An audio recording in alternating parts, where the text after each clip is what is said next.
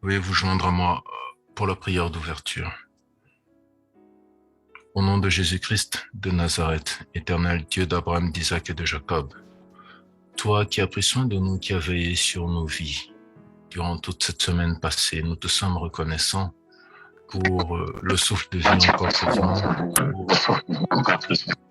pour l'amour que tu rends disponible, pour la paix du cœur et de l'esprit. Merci, Père, de prendre soin de nous, d'avoir pris le contrôle durant cette émission, d'avoir ouvert les cœurs, les intelligences et les esprits.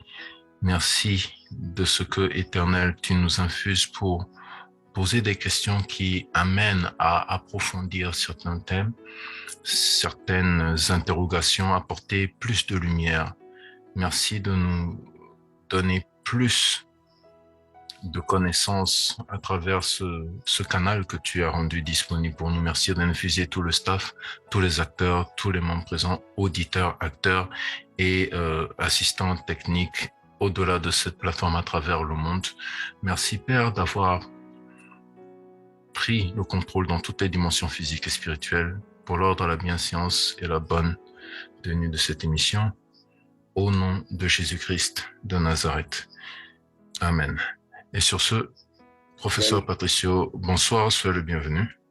Oui, bonsoir à tout le monde. Est-ce que la qualité d'écoute est bonne? Parce que je suis en plein déplacement en fait. Oui, Okay. Nous vous entendons. Nous vous entendons. Ok. C'est pas très net, mais c'est suffisant. Ok. D'accord. Donc, pour rappel à l'audience et à tous ceux qui nous prennent en vol, qui vous êtes connectés à partir des liens de connexion sur Facebook et WhatsApp, peut-être que d'autres personnes auraient partagé avec vous, soyez encore une fois les bienvenus. La réunion, qui consiste en questions et réponses sur les rêves, la spiritualité, le mysticisme et l'occultisme, a un format différent de toutes les autres dans lesquelles nous faisons des enseignements. Voilà ce qui se passe. En fait, vous avez la possibilité, à partir de l'application Zoom, quand vous cliquez dessus sur vos smartphones et que vous cliquez sur plus ou les 3 points, vous verrez qu'il y a lever la main. Donc, si vous voulez avoir la parole pour raconter un rêve, poser une question spécifique relative à vous, avoir une interaction avec le professeur, vous pouvez lever la main et selon l'ordre hiérarchique d'apparition des questions et des demandes d'intervention, nous vous donnerons la parole pour réagir. Donc, à partir de là, nous pouvons déjà commencer. J'invite tout le monde, tous ceux qui ne sont pas sûrs d'être dans un environnement calme, qui permettrait une interaction sans bruit parasite, sans dérangement sonore, pour l'ensemble des auditeurs, de bien vouloir d'ores et déjà commencer à taper leurs questions dans le chat et nous nous ferons un plaisir et un devoir de les présenter au professeur pour vous. Dieu vous bénisse. Professeur, d'emblée pour commencer, je veux vous donner la parole pour que vous puissiez redéfinir les bases. Qu'est-ce que la spiritualité? Qu'est-ce que le mysticisme? Qu'est-ce que l'occultisme? Et encore, qu'est-ce que la magie? Et quel est le lien commun entre tous, s'il vous plaît? Bon, disons, je ne donne pas vraiment de définition appropriée à chaque phase. Nous, les chrétiens, quand on parle de chrétiens, on voit qu'on considère l'ensemble de ces voies-là comme étant des branches lucifériennes, en fait, qui toutes conduisent aux mêmes fins, en fait, aux mêmes réalités. Donc, si nous, chrétiens, nous faisons un peu la différence, disons que la magie, c'est moins pur que ça, mais non. Mais toutes ces pratiques-là, du point de vue qu'elles impliquent déjà l'invocation ou les contacts avec des esprits qui ne sont pas des anges ou qui ne sont pas des esprits au service du Christ, alors pour nous déjà, quand on parle de toutes ces choses-là, on les définit de la même façon. Ce sont les différentes branches lucifériennes qui agissent d'une manière différemment et qui ont des idéologies différentes. Mais le fond est toujours le même. Comme vous le savez, dans le livre de l'Apocalypse, on nous dit que les dragons avaient 7 têtes, en fait. Donc, ça veut dire quoi? Ça veut dire que le diable peut se calquer en plusieurs noms.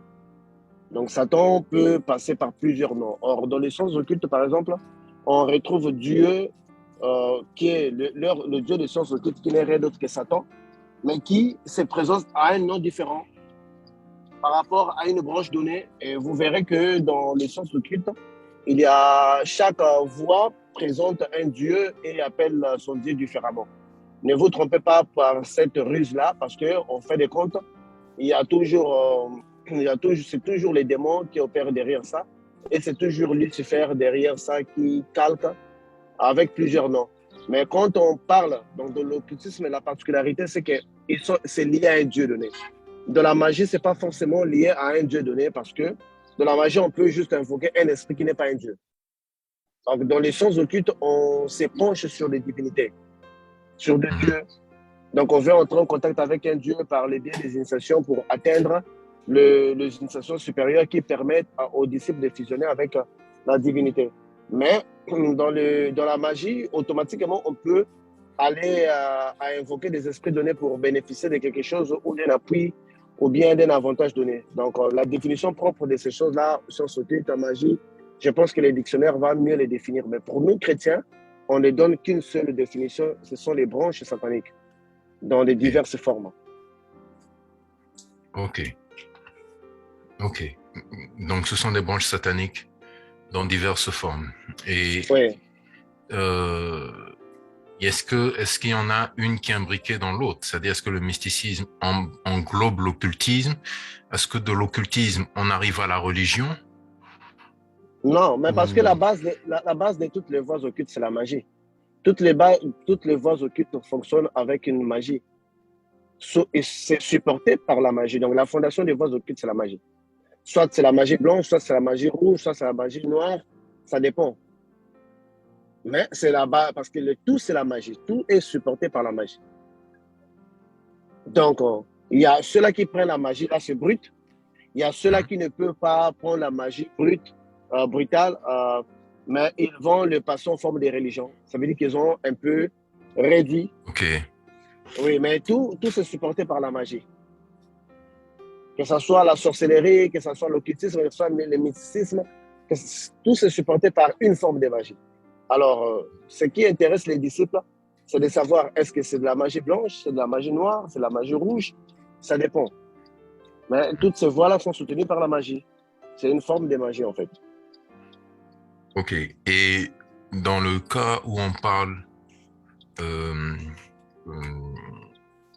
juste pour revenir sur les termes, d'ésotérisme et d'exotérisme. Bon, l'ésotérisme, c'est l'aspect confidentiel réservé aux initiés membres d'une voie donnée ou d'une religion donnée. L'exotérisme, donc avec X, c'est l'aspect superficiel donné aux chercheurs de vérité, qui n'ont pas encore adhéré en fait. On choisit une part de vérité qu'on leur donne, mais ce n'est pas la totalité parce que d'autres vérités viennent à partir des initiations. Donc l'ésotérisme commence vraiment avec les initiations. L'exotérisme, ça peut être juste une étude. Donc l'ésotérisme, c'est l'aspect confidentiel réservé aux initiés en fait. L'exotérisme, ça c'est pour le chercheur de vérité. Dans toutes les voies spirituelles, il y a des chercheurs de vérité, des gens qui ne sont pas affiliés, mais qui veulent découvrir une vérité spirituelle. Et c'est sur cet aspect-là qu'on leur limite. Donc, à partir de ce moment, on peut donc dire aussi, étant donné que, enfin, de les explications que vous venez de donner, toute approche occulte dont les religions, dans la création de religions, la base, c'est la magie. C'est juste que la religion est l'aspect, on va dire, moins brutal de la présentation de la chose. Et l'ésotérisme, c'est l'aspect confidentiel. L'exotérisme, c'est l'aspect extérieur qui est transmis aux chercheurs de vérité. Donc, à partir de ce moment, on peut être d'accord sur le fait qu'il y a des fausses religions qui existent. Oui, il y a des fausses religions parce que les religions sont engendrées par les découvertes que les personnes font. Sont engendrées par les découvertes que les personnes font. Donc, lorsqu'une personne réalise une divinité donnée, il est obligé de les présenter sous une forme d'une religion. Alors, or, nous savons que la divinité que nous attendions tous et que même dans la Bible, Israël attendait, c'était le Messie. Et le Messie a été déjà révélé. Donc, tout ce qui est révélé, qui n'inclut pas le Messie, c'est déjà une fausse religion, en fait. Cette affirmation-là peut sembler absurde pour certaines personnes.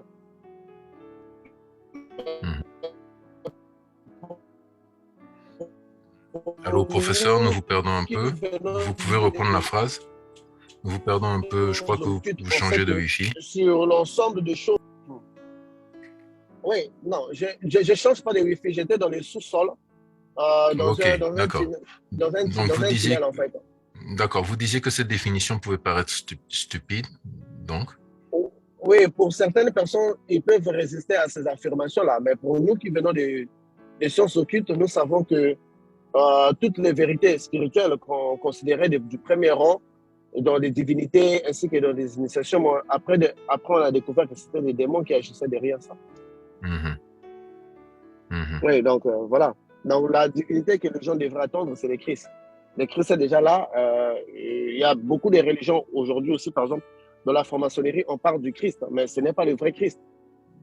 Donc le nom Christ, en fait, ne suffit pas sans être combiné à la Bible. C'est d'ailleurs ce que j'aimerais dire aux gens.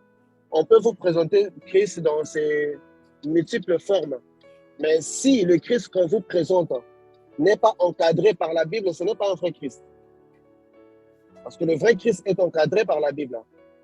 Et le vrai Jésus également est encadré par la Bible également. Donc, c'est ça.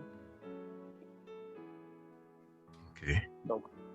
Lorsque vous dites encadré par la Bible, en fait, vous voulez dire, c'est-à-dire expliqué, défini, vérifié par les Écritures.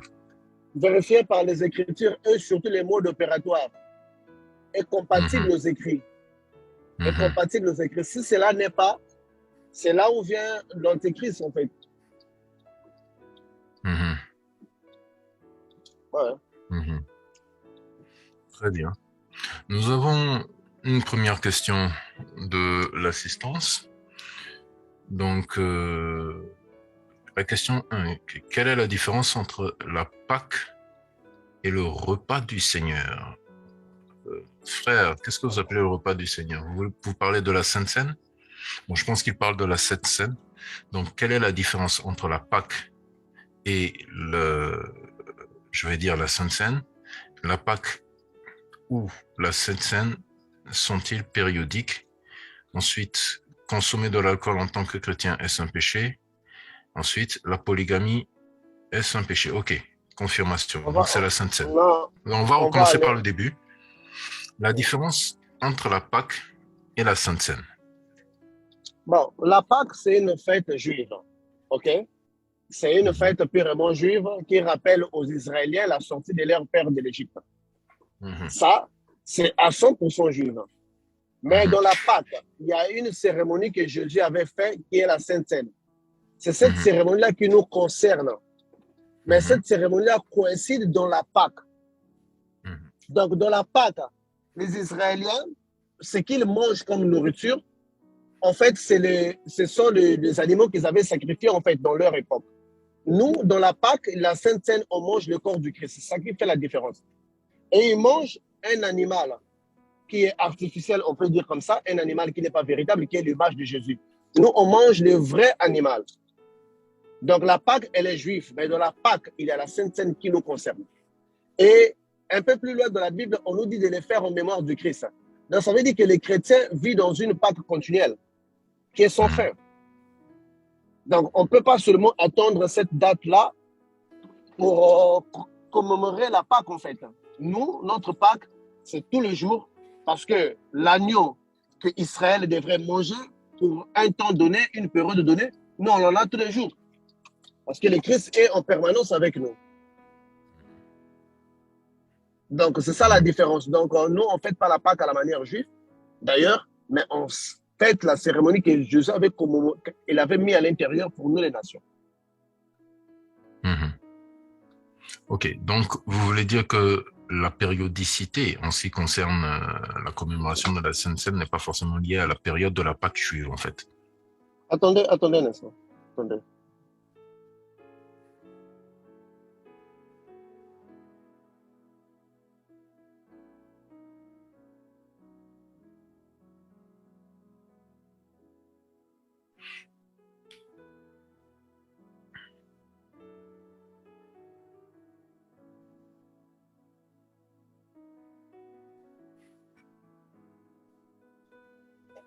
Allô? Oui. Oui. Ah oui, répétez un peu votre question. Voilà. En Donc, tout cas, je disais, par votre réponse, donc, vous avez expliqué qu'en fait, la périodicité ou de la commémoration de la Sainte Seine n'est pas liée à la périodicité de la commémoration de la Pâque juive. C'est ce que vous essayez de dire.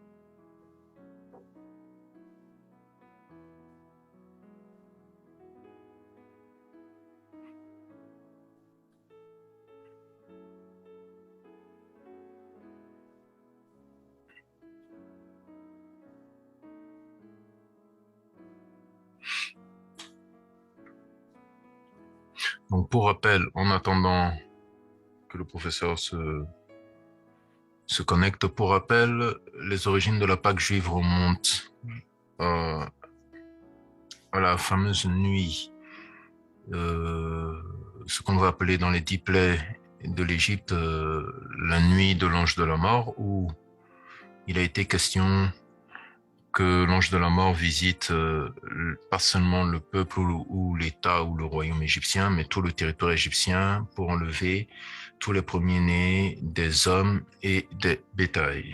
Et pour que les Juifs dans le territoire de Goshen ne soient pas atteints, ne soient pas frappés par l'ange de la mort qui est envoyé sous l'ordre de l'Éternel, ils devaient mettre sur les montants de leurs portes, fenêtres et tout, allô? une marque de sang. Oui, un instant, professeur. Vous êtes revenu? Oui, oui, ça va. D'accord. Donc, je retraçais l'origine de la Pâque juive et de la Sainte Seine avant de vous poser la question. Ensuite, donc je disais que euh, pour éviter que l'ange de la mort envoyé dans la 10e plaie d'Égypte n'atteigne le peuple juif devait sacrifier un agneau sans tache et mettre son sang sur le montant des portes et fenêtres.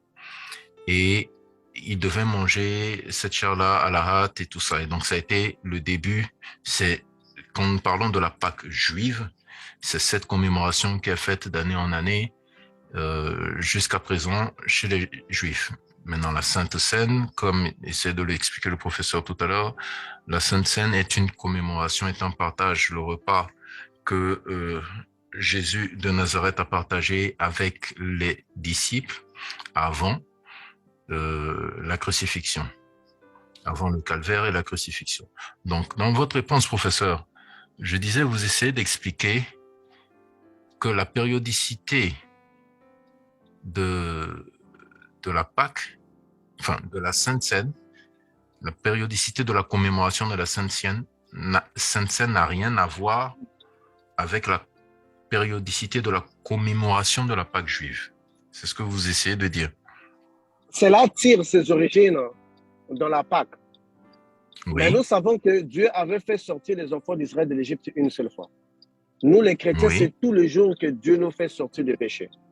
C'est tous les jours oui. que Dieu nous fait sortir des nations, par la repentance ainsi que autres. Voilà pourquoi cette fête-là, bon, pas cette fête-là, mais ce qui est observé dans cette fête-là ne respecte pas les mêmes calendriers avec que eux. Donc, ça veut dire que nous, la Sainte Seine, on peut l'évoquer à n'importe quel moment. Mhm. On peut l'évoquer à n'importe quel moment parce que c'est tous les jours qu'on sort de l'Égypte. C'est tous les jours qu'on sort du monde. C'est tous les jours que nous sortons de nos péchés. C'est tous les jours que nous avons des alliances. Israël avait des alliances à une période vraiment séparée. Mais nous, l'alliance avec les Christ, c'est une alliance perpétuelle, donc à toutes les fois que nous les faisons. Donc, une fois, le danger, en fait, la question qui devrait être posée, c'était les dangers de cet acte-là quand on n'est pas pur, en fait. C'est là. Pour nous, la Sainte Seine peut venir ou ne pas venir avec la Pâque. Cela ne fait aucune différence quand c'est consommé pendant la Pâque, quand ce n'est pas consommé pendant la Pâque. Mais sinon que, à l'origine, la Pâque, c'est pour des Juifs. Et c'est pour eux. Mais dans cette Pâque-là, Jésus a mis une cérémonie qui nous concerne, nous, les nations.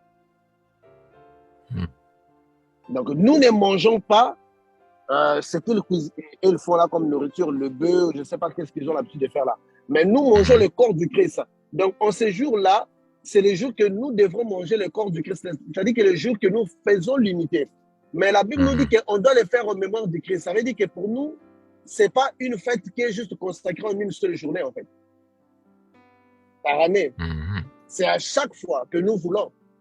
Parce qu'on a ces privilèges-là qu'eux, ils n'avaient pas. Ok. D'accord.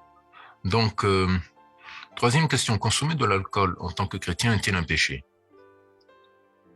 Bon, dire que consommer de l'alcool, si c'est un péché, d'abord, il faudrait savoir, la première des choses, en toute chose que nous faisons, c'est d'abord l'abus. De toute chose.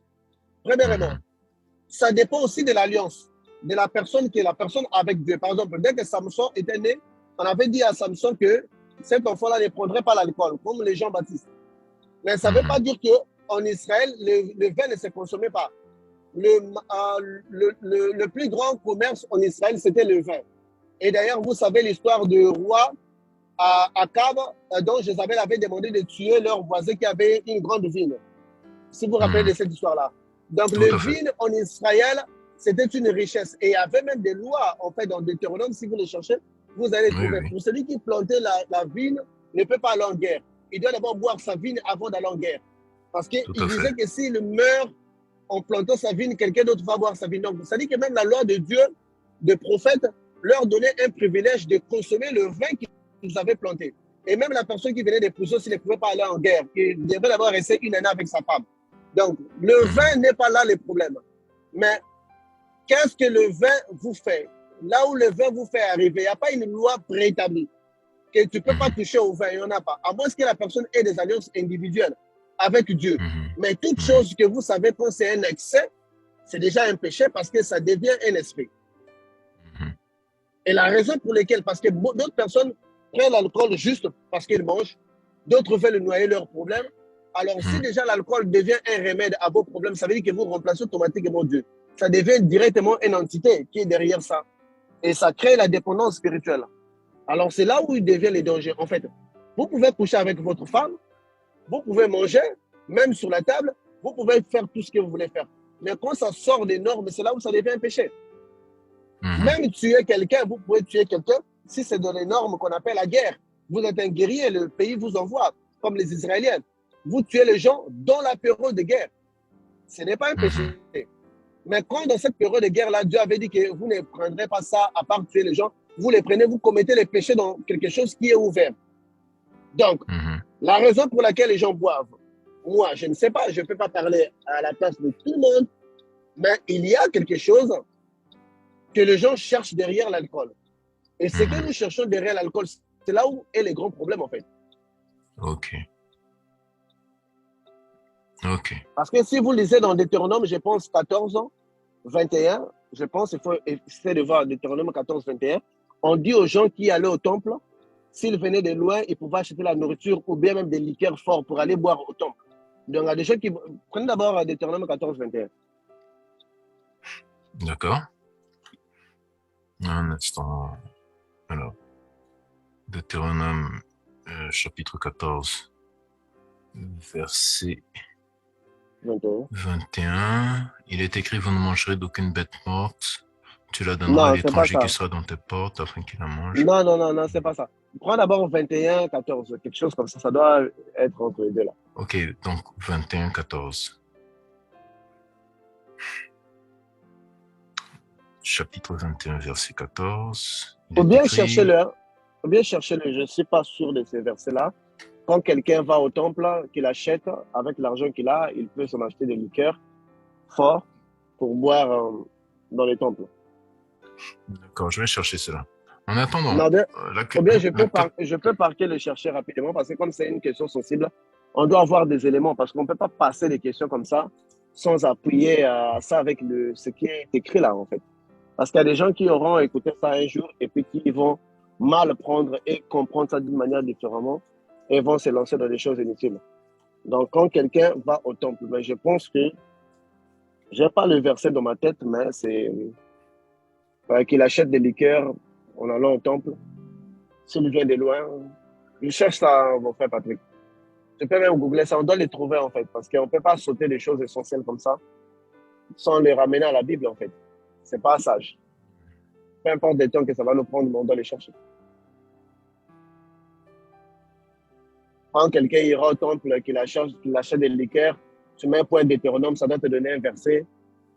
Deutéronome 14, 26. Oui, c'est ça. C'est de la 14, oui, allez-y. Merci, Sœur Jenny. Alors, un instant, je vous prie, le temps de revenir.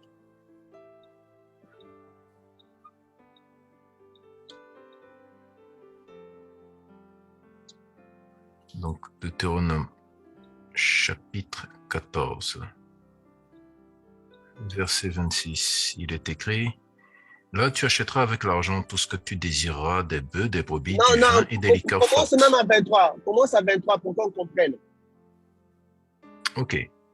Dans la Sainte Parole de Dieu, le livre de Deutéronome, chapitre 14, à partir du verset 23 au verset 26.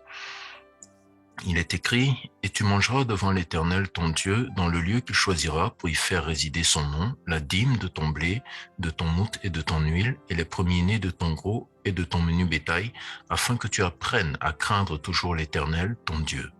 Peut-être lorsque l'Éternel, ton Dieu, t'aura béni, le chemin sera-t-il trop long pour que tu puisses transporter ta dîme à cause de ton éloignement du lieu qu'aura choisi l'Éternel, ton Dieu, pour y faire résider son nom. Alors, tu échangeras ta dîme contre de l'argent, tu serreras cet argent dans ta main, et tu iras au lieu que l'Éternel, ton Dieu, aura choisi. Là, tu achèteras avec l'argent tout ce que tu désireras, des bœufs, des brebis, du vin et des liqueurs fortes, tout ce qui te fera plaisir. Tu mangeras devant l'Éternel, ton Dieu, et tu te réjouiras, toi et ta famille. Amen. Amen. Donc là, on voit que les gens avaient même la permission de boire les liqueurs devant l'Éternel. Quand on parle de liqueurs, on parle de whisky. Des Bien choses sûr, fortes. les spiritueux, comme on les appelle. Oui, oui, donc ça veut dire que on pouvait même consommer ça devant l'Éternel. Parce qu'on voit le but dans lequel cela a été consommé, c'était par rapport à la permission que l'Éternel avait donnée. Mais cela ne veut pas dire que nous, on fasse de ça comme un mode de vie, en fait. C'était quelque chose qui leur avait été donné pour un temps donné, par rapport à un événement donné. Donc, mais je reconnais que dans ces choses de Dieu, il y a ceux-là qui ont l'alliance avec Dieu, qui ne pourront même pas toucher à ces choses-là. Ces personnes-là font une exception. Mais si la personne ne fait pas l'exception, tout Israël avait pour commerce des vins. Et vous savez que le premier miracle de Jésus, c'était d'ailleurs la multiplication des vins, en fait. Et changer l'eau en vin, oui. L'eau en vin. C'est ça. Ok. Donc, c'est ça. Donc, merci, professeur. Et la polygamie est-elle un péché? Bon, la polygamie n'est pas un péché par rapport à la coutume juive. Mais par rapport à notre coutume, cela est un péché. Pourquoi? Parce que nous n'épousons pas les femmes selon les coutumes juives. Mais nous épousons la... Non, nous n'épousons pas la femme, nous épousons la femme selon nos coutumes à nous. C'est-à-dire? N'est-ce pas? Selon nos coutumes à nous, moi je ne connais pas votre coutume. Nous sommes les Africains ont leurs coutumes, n'est-ce pas? Oui. Est-ce que quand tu vas épouser ta femme, tu ne le fais pas selon les coutumes juives, tu le fais selon les coutumes de ta femme. Or, dans les coutumes de ta femme, il est dit que tu peux avoir 3-4 femmes. Non. Alors, donc, quand tu deviens polygame, c'est pendant que le jour que tu es allé prendre la femme chez ses parents, tes parents, vous n'avez pas négocié de ça, vous n'avez pas parlé de ça. Donc, si tu le fais, tu pêches contre ses parents. Ça, la première, tu comptes ta parole. La deuxième des choses, quand nous épousons à l'église, nous faisons un vœu de fidélité. Alors, le vœu de fidélité que nous le faisons devant le pasteur, devant les hommes et devant Dieu. Quand vous offrez ce vœu-là, ce n'est pas le fait d'avoir 3 femmes qui va vous emmener en enfer, mais c'est parce que vous avez violé votre propre vœu. Donc, c'est votre propre vœu qui vous condamne. C'est là le danger. Donc, voilà pourquoi je dis qu'en Israël, ils peuvent le faire parce qu'ils n'épousent pas en faisant le vœu de fidélité à leur femme. C'est dans la coutume, c'est pas ça. Dans la coutume, c'est censé, si ta femme meurt, tu peux prendre sa petite sœur. Même si ta femme, par exemple, n'enfante pas, tu peux demander même qu'on te donne même une autre femme à la place. Mais, Donc, c'était pas. C'était pas. Oui, mais professeur, donc dans la coutume juive, quel est le fondement de l'adultère? Oh, mais là, quand on parle de l'adultère, ça veut dire une personne qui avait le compromis avec une autre personne, qui est allée avec une autre personne. C'est là où on parle de l'adultère. C'est là où on parle de l'adultère. Ce n'est pas Donc, parce que quelqu'un a pris si je comprends bien, en fait, vous mettez, ok, d'accord, bon. Donc, je reprends votre explication. Donc, dans la coutume juive, en fait, vous parlez pas du vœu de fidélité à proprement dit. Enfin, c'est pas la fidélité comme on le comprend à l'occidental. C'est-à-dire que de ce que vous dites, dans la coutume juive, un homme peut prendre plusieurs femmes et peut même avoir Ça des n'existe pas. concubines. Voilà, dans la coutume juive, il peut avoir plusieurs femmes, il peut prendre des concubines. Tandis que dans les vœux du mariage tels que nous le faisons chez nous, en Afrique, Qui dans n'est pas certaines d'ailleurs coutumes biblique. africaines. Qui n'est pas, qui n'est, même à l'église, ce qu'on fait à l'église, ce n'est même pas aussi biblique. Alors là, j'ai besoin que vous approfondissiez, s'il vous plaît. Aucun verset de la Bible nous dit qu'on devrait faire le mariage tel que nous le faisons. Ce que nous faisons, c'est un modèle catholique. Où on demande d'ailleurs à l'homme, oui, où on demande à l'homme de gérer fidélité. C'est nulle part dans la Bible ça existe ça. Parce que dans la Bible, il n'y a même pas aussi les mariages religieux, ça n'existe pas. Il y a une bénédiction. On peut donner au marié, mais il n'y a pas de mariage religieux. D'ailleurs, c'est fabriqué de toutes pièces que nous ayons les mariages religieux. Dans l'église, ça n'existe pas. Parce que dans la Bible, il n'y a que les mariages traditionnels qui comptent. Voilà pourquoi si vous lisez tous les actes des apôtres, vous ne verrez aucun mariage qui a été fait à l'église. Si vous lisez l'Ancien Testament, peu importe les rois, aucun roi n'était allé faire le mariage à l'église. Au temple, il n'y en avait pas. Mais il recevait quand même la bénédiction des prophètes de Dieu. Je ne sais pas si on se comprend dans ce sens-là. Oui. Donc, nos mariages à nous, c'est fabriqué d'abord, on devrait d'abord les déclasser dans la Bible. On devrait d'abord les déclasser dans les communautés chrétiennes. Parce qu'il ne correspond pas aux normes, en fait, du mariage. Nous l'avons fabriqué. Donc, en Israël, les choses allaient différemment parce qu'en Israël, on s'est limité sur la coutume. Et le mariage en Israël n'était que aussi pour des femmes vierges. Ça dit que si tu n'es pas vierge, tu n'as pas droit au mariage. Donc, nous épousons d'abord des femmes qu'en Israël, on ne les épouse pas selon la coutume juive. Donc, la femme que toi et moi, on prend, on viole d'abord la coutume juive. On la prenait comme étant femme. D'accord. Avec la dot, on viole d'abord. On n'est d'abord pas en harmonie, en accord. Alors, sur quelqu'un d'abord qui viole les lois juives, vous voulez lui poser les lois juives, imposer les lois juives par la suite. Ça n'a aucun sens. Sa relation viole d'abord les lois juives parce que vous lui demandez la dot pour une femme qui n'est pas vierge. Et à cette personne-là, vous lui imposez les choses coutumières juives. Ça n'a pas de sens. C'est totalement à côté et c'est du n'importe quoi au carré. Ok, voilà. Donc, ce qui fait qu'on revient à la question. Donc, la polygamie n'est pas un péché en soi, mais plutôt le péché dans la polygamie vient de votre serment. Non, on ne dit pas que la polygamie n'est pas un péché en soi. La polygamie est un péché parce que les péchés, c'est quoi en fait? Les péchés, ce n'est pas tout ce qui est établi dans la Bible. Les péchés est établi par Dieu, est établi aussi par les hommes. Si je prends mon téléphone, je mets sur la table, je dis personne ne touche. Celui qui touche mon téléphone n'a pas péché contre Dieu, mais il a péché contre moi. Et pour cela, c'est aussi un péché valable aux yeux de Dieu, n'est-ce pas? Donc, tout à fait. Chez une femme où nous allons, nous lui avons promis la fidélité, nous avons promis à sa famille qu'elle sera la seule femme. Déjà, on pêche quand on fait le contraire de ça, ce qu'on avait promis. Et même ce qu'on avait promis à la personne pour être dans une relation. Parce que quand vous attirez une femme vers vous, vous lui signifiez que vous êtes un homme qui n'a qu'une seule femme. Vous n'êtes pas un polygame. Un jour, si vous changez, ça veut dire que vous violez vos paroles que vous avez données à quelqu'un. C'est de cela que je parlais. Oui, mais c'est déjà un péché parce que vous avez menti. C'est là où les mensonges. Donc, votre péché, oui, j'ai appris juste ce que vous avez dit. Votre péché n'est pas les aiguillages, mais c'est les mensonges que vous avez utilisés pour attirer quelqu'un dans votre vie.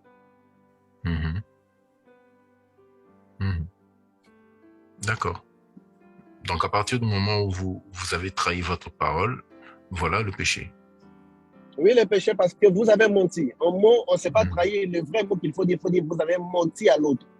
Donc, même si on ment à un bébé, c'est un péché. Très bien. Voilà. Donc, nous passons à la question suivante. Est-ce qu'il est bien pour un chrétien de pratiquer les sorties astrales? Est-ce que c'est biblique ou satanique? C'est satanique. Un chrétien ne pratique pas les sorties astrales. Il peut y arriver que le Saint-Esprit prenne les chrétiens contre sa volonté pour l'emmener dans les plans astrales pour lui montrer quelque chose. C'est ce qui sort déjà du contexte de pratiquer. OK? Ça sort déjà du contexte de pratiquer. Alors, quand on dit pratiquer... Définissons pratiquer alors. Pratiquer une sortie astrale. Oui, pratiquer, c'est préméditer, c'est volontaire. Vous pratiquez. Vous êtes en train de faire. Or, déjà, lorsque les projections astrales sont faites avec notre volonté, sachez-le que automatiquement, vous tombez dans le domaine occulte. Parce que cette sortie astrale que vous allez faire, vous serez coordonné par des esprits, en fait.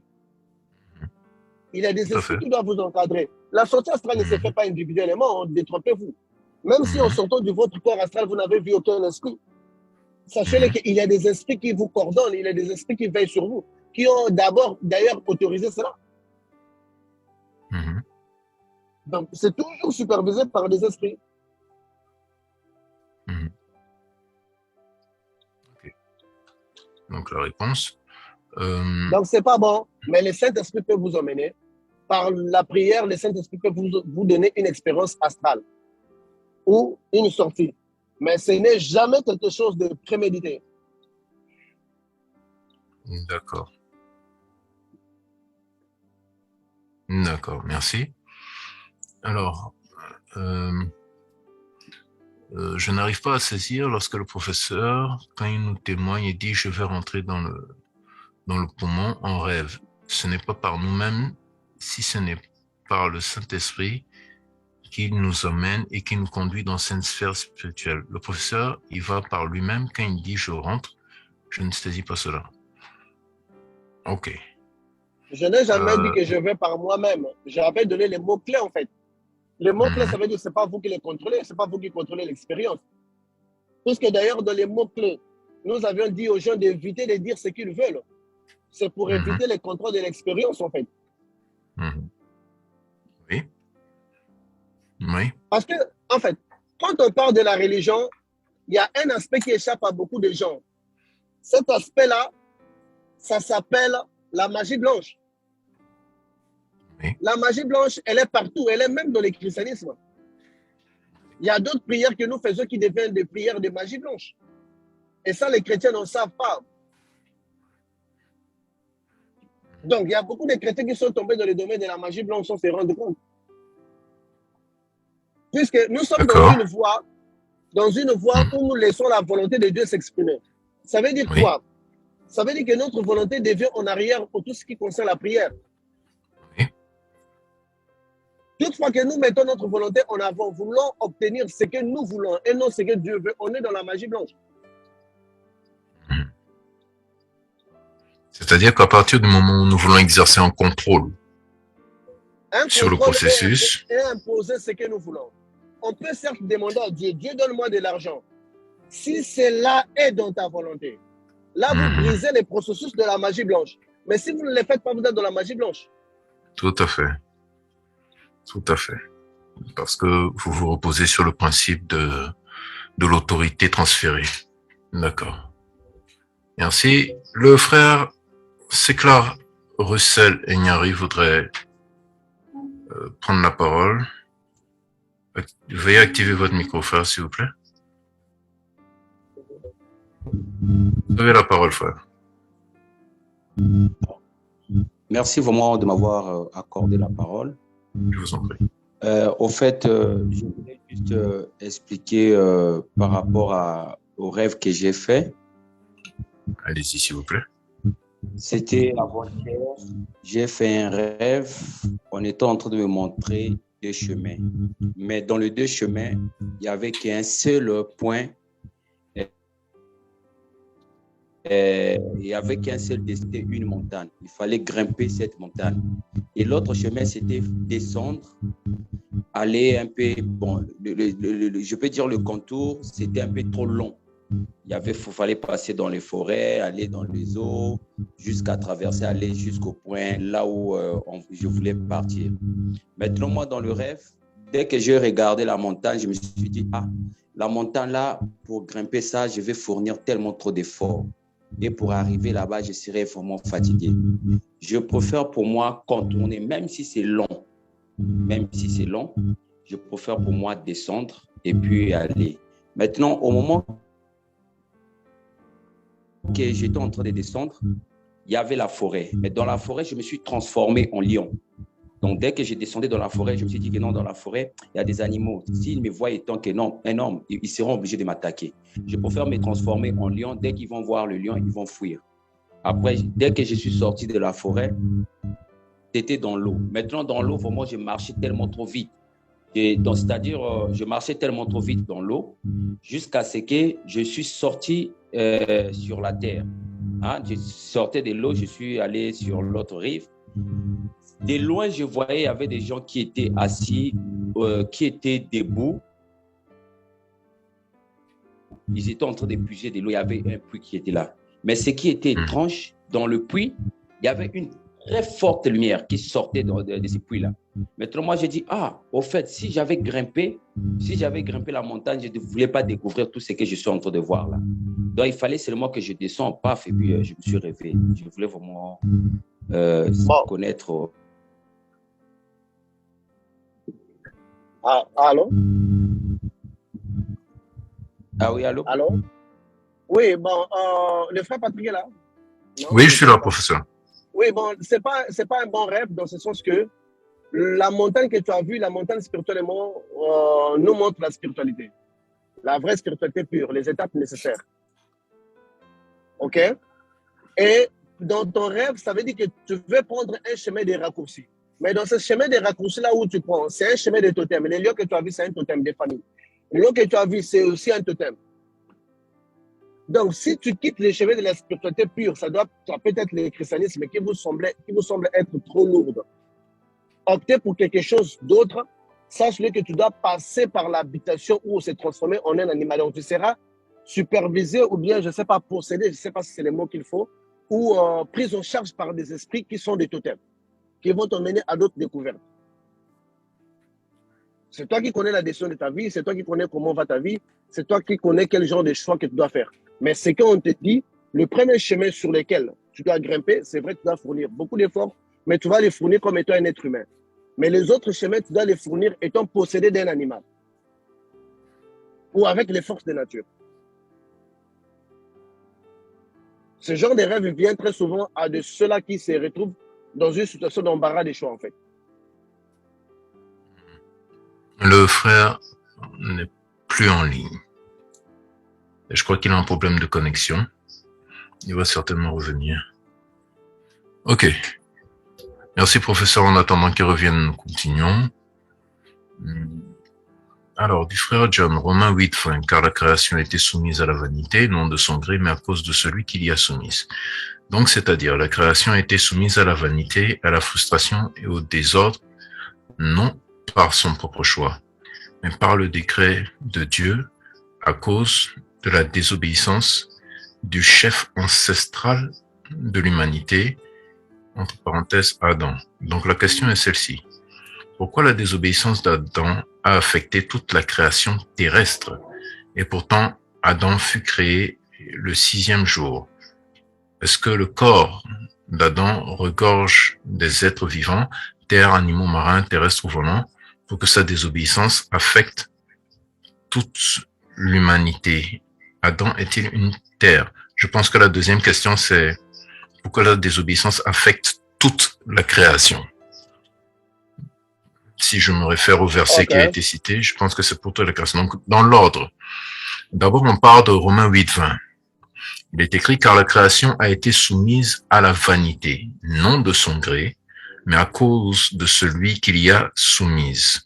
Maintenant, permettez, s'il vous plaît, je veux approfondir le contexte biblique de ce passage en lisant le verset qui suit. Donc, je vais dans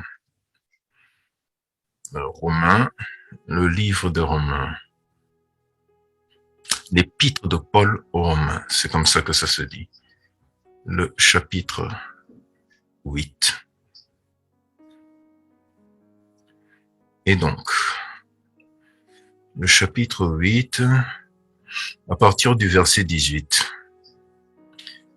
J'estime que les souffrances du temps présent ne sauraient être comparées à la gloire à venir qui sera révélée pour nous. Verset 19. Aussi, la création attend-elle avec un ardent désir la révélation des fils de Dieu. Verset 20. Car la création a été soumise à la vanité, non de son gré, mais à cause de celui qui l'y a soumise avec l'espérance. Verset 21.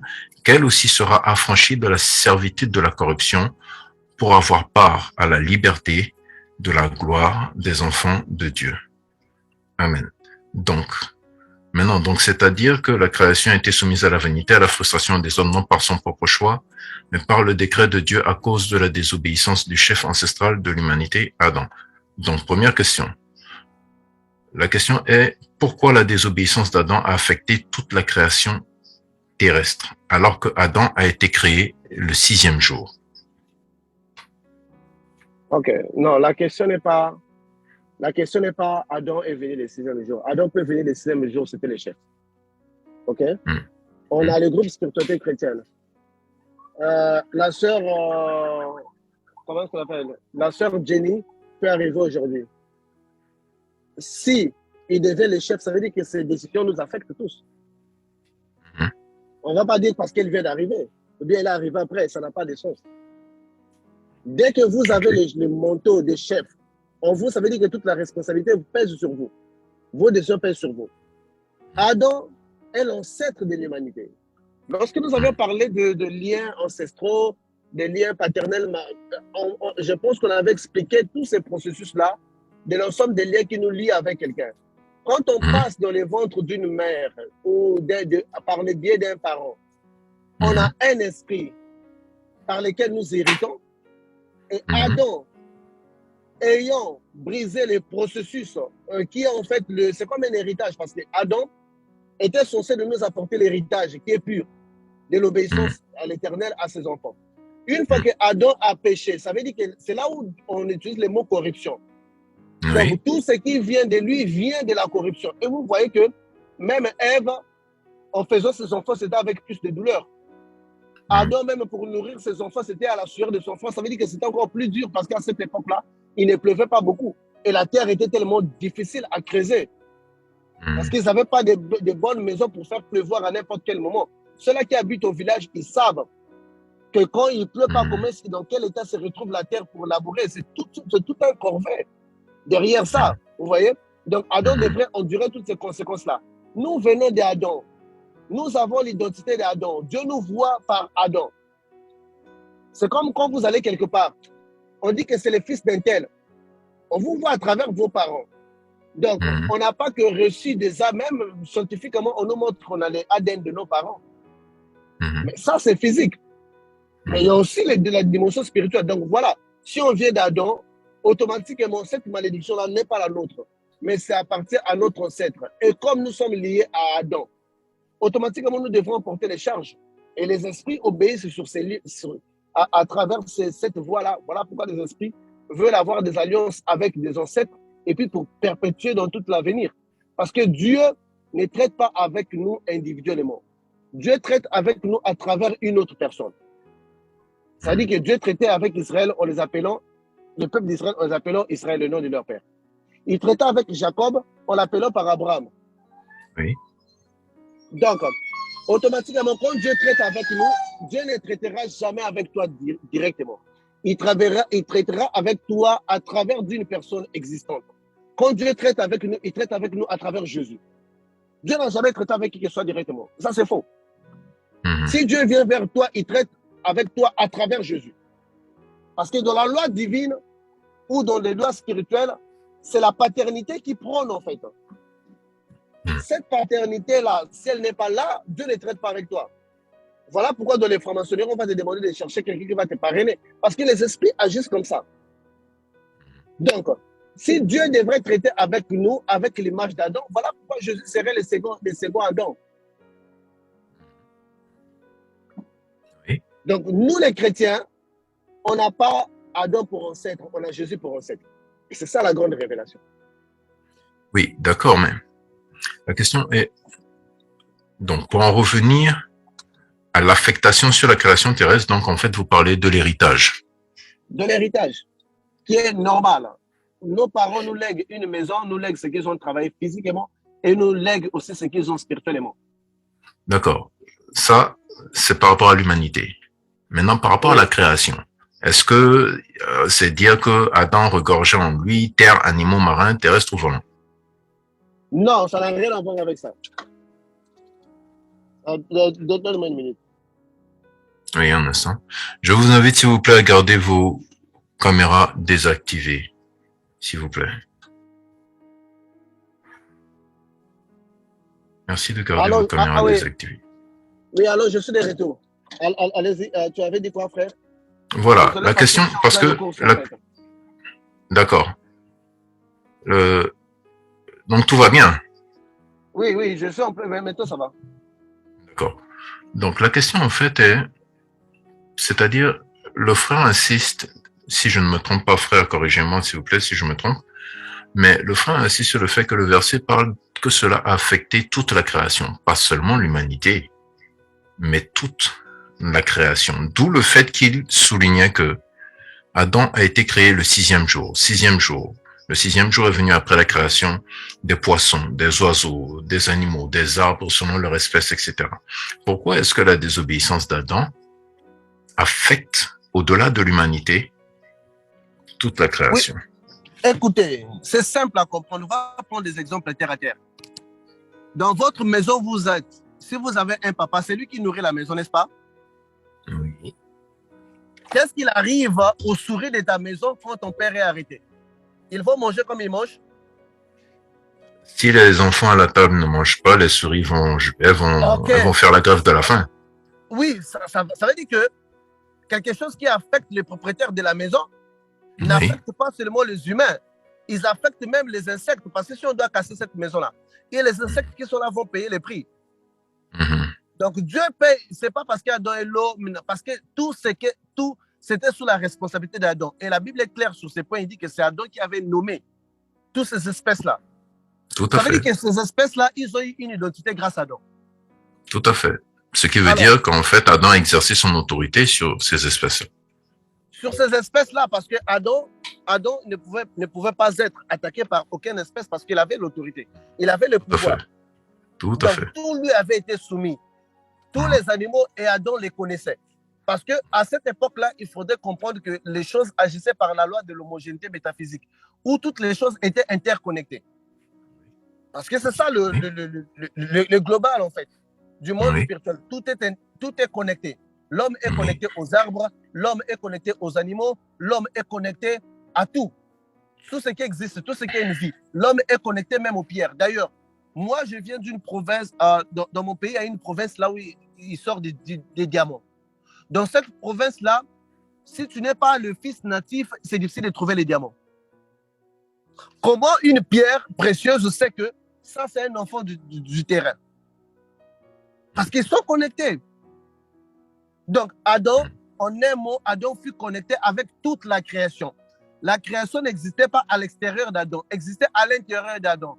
Parce que nous ne connaissons pas les choses par rapport à la connaissance extérieure que nous avons des choses. Nous connaissons les choses par rapport à la connaissance intérieure que nous avons des choses. Donc, ça veut dire que ces choses-là existaient en Adam.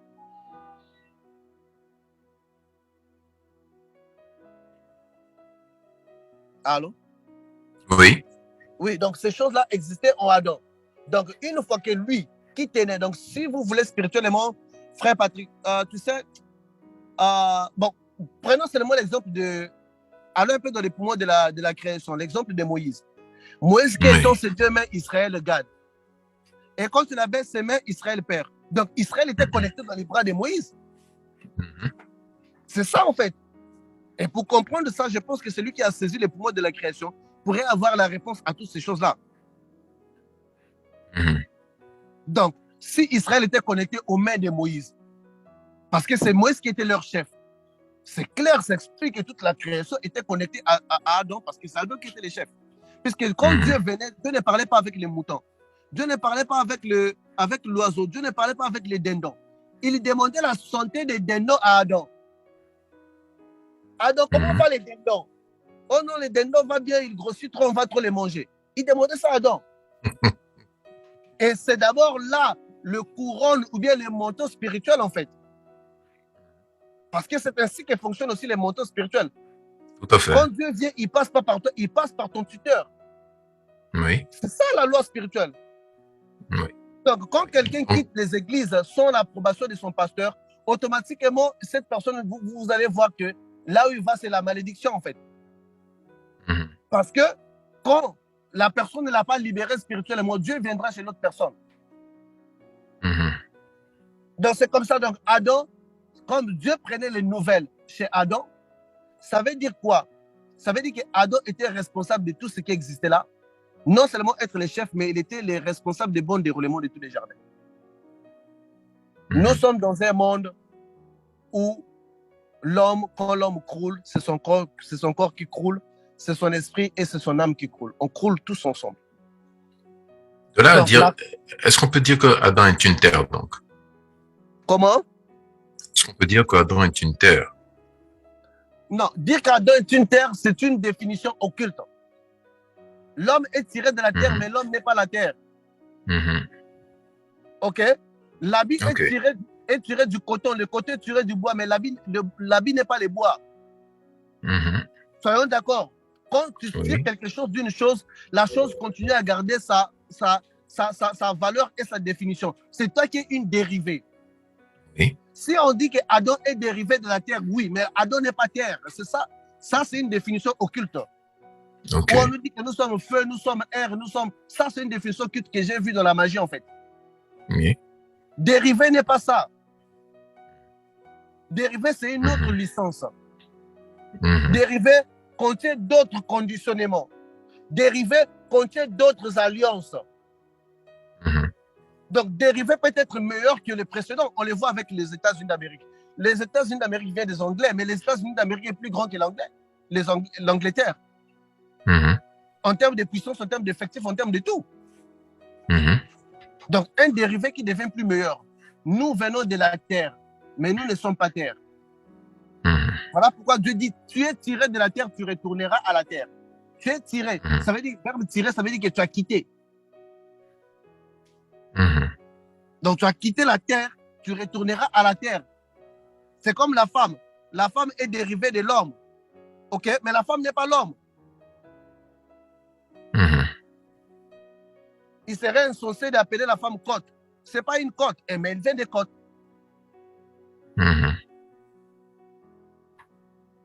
D'accord.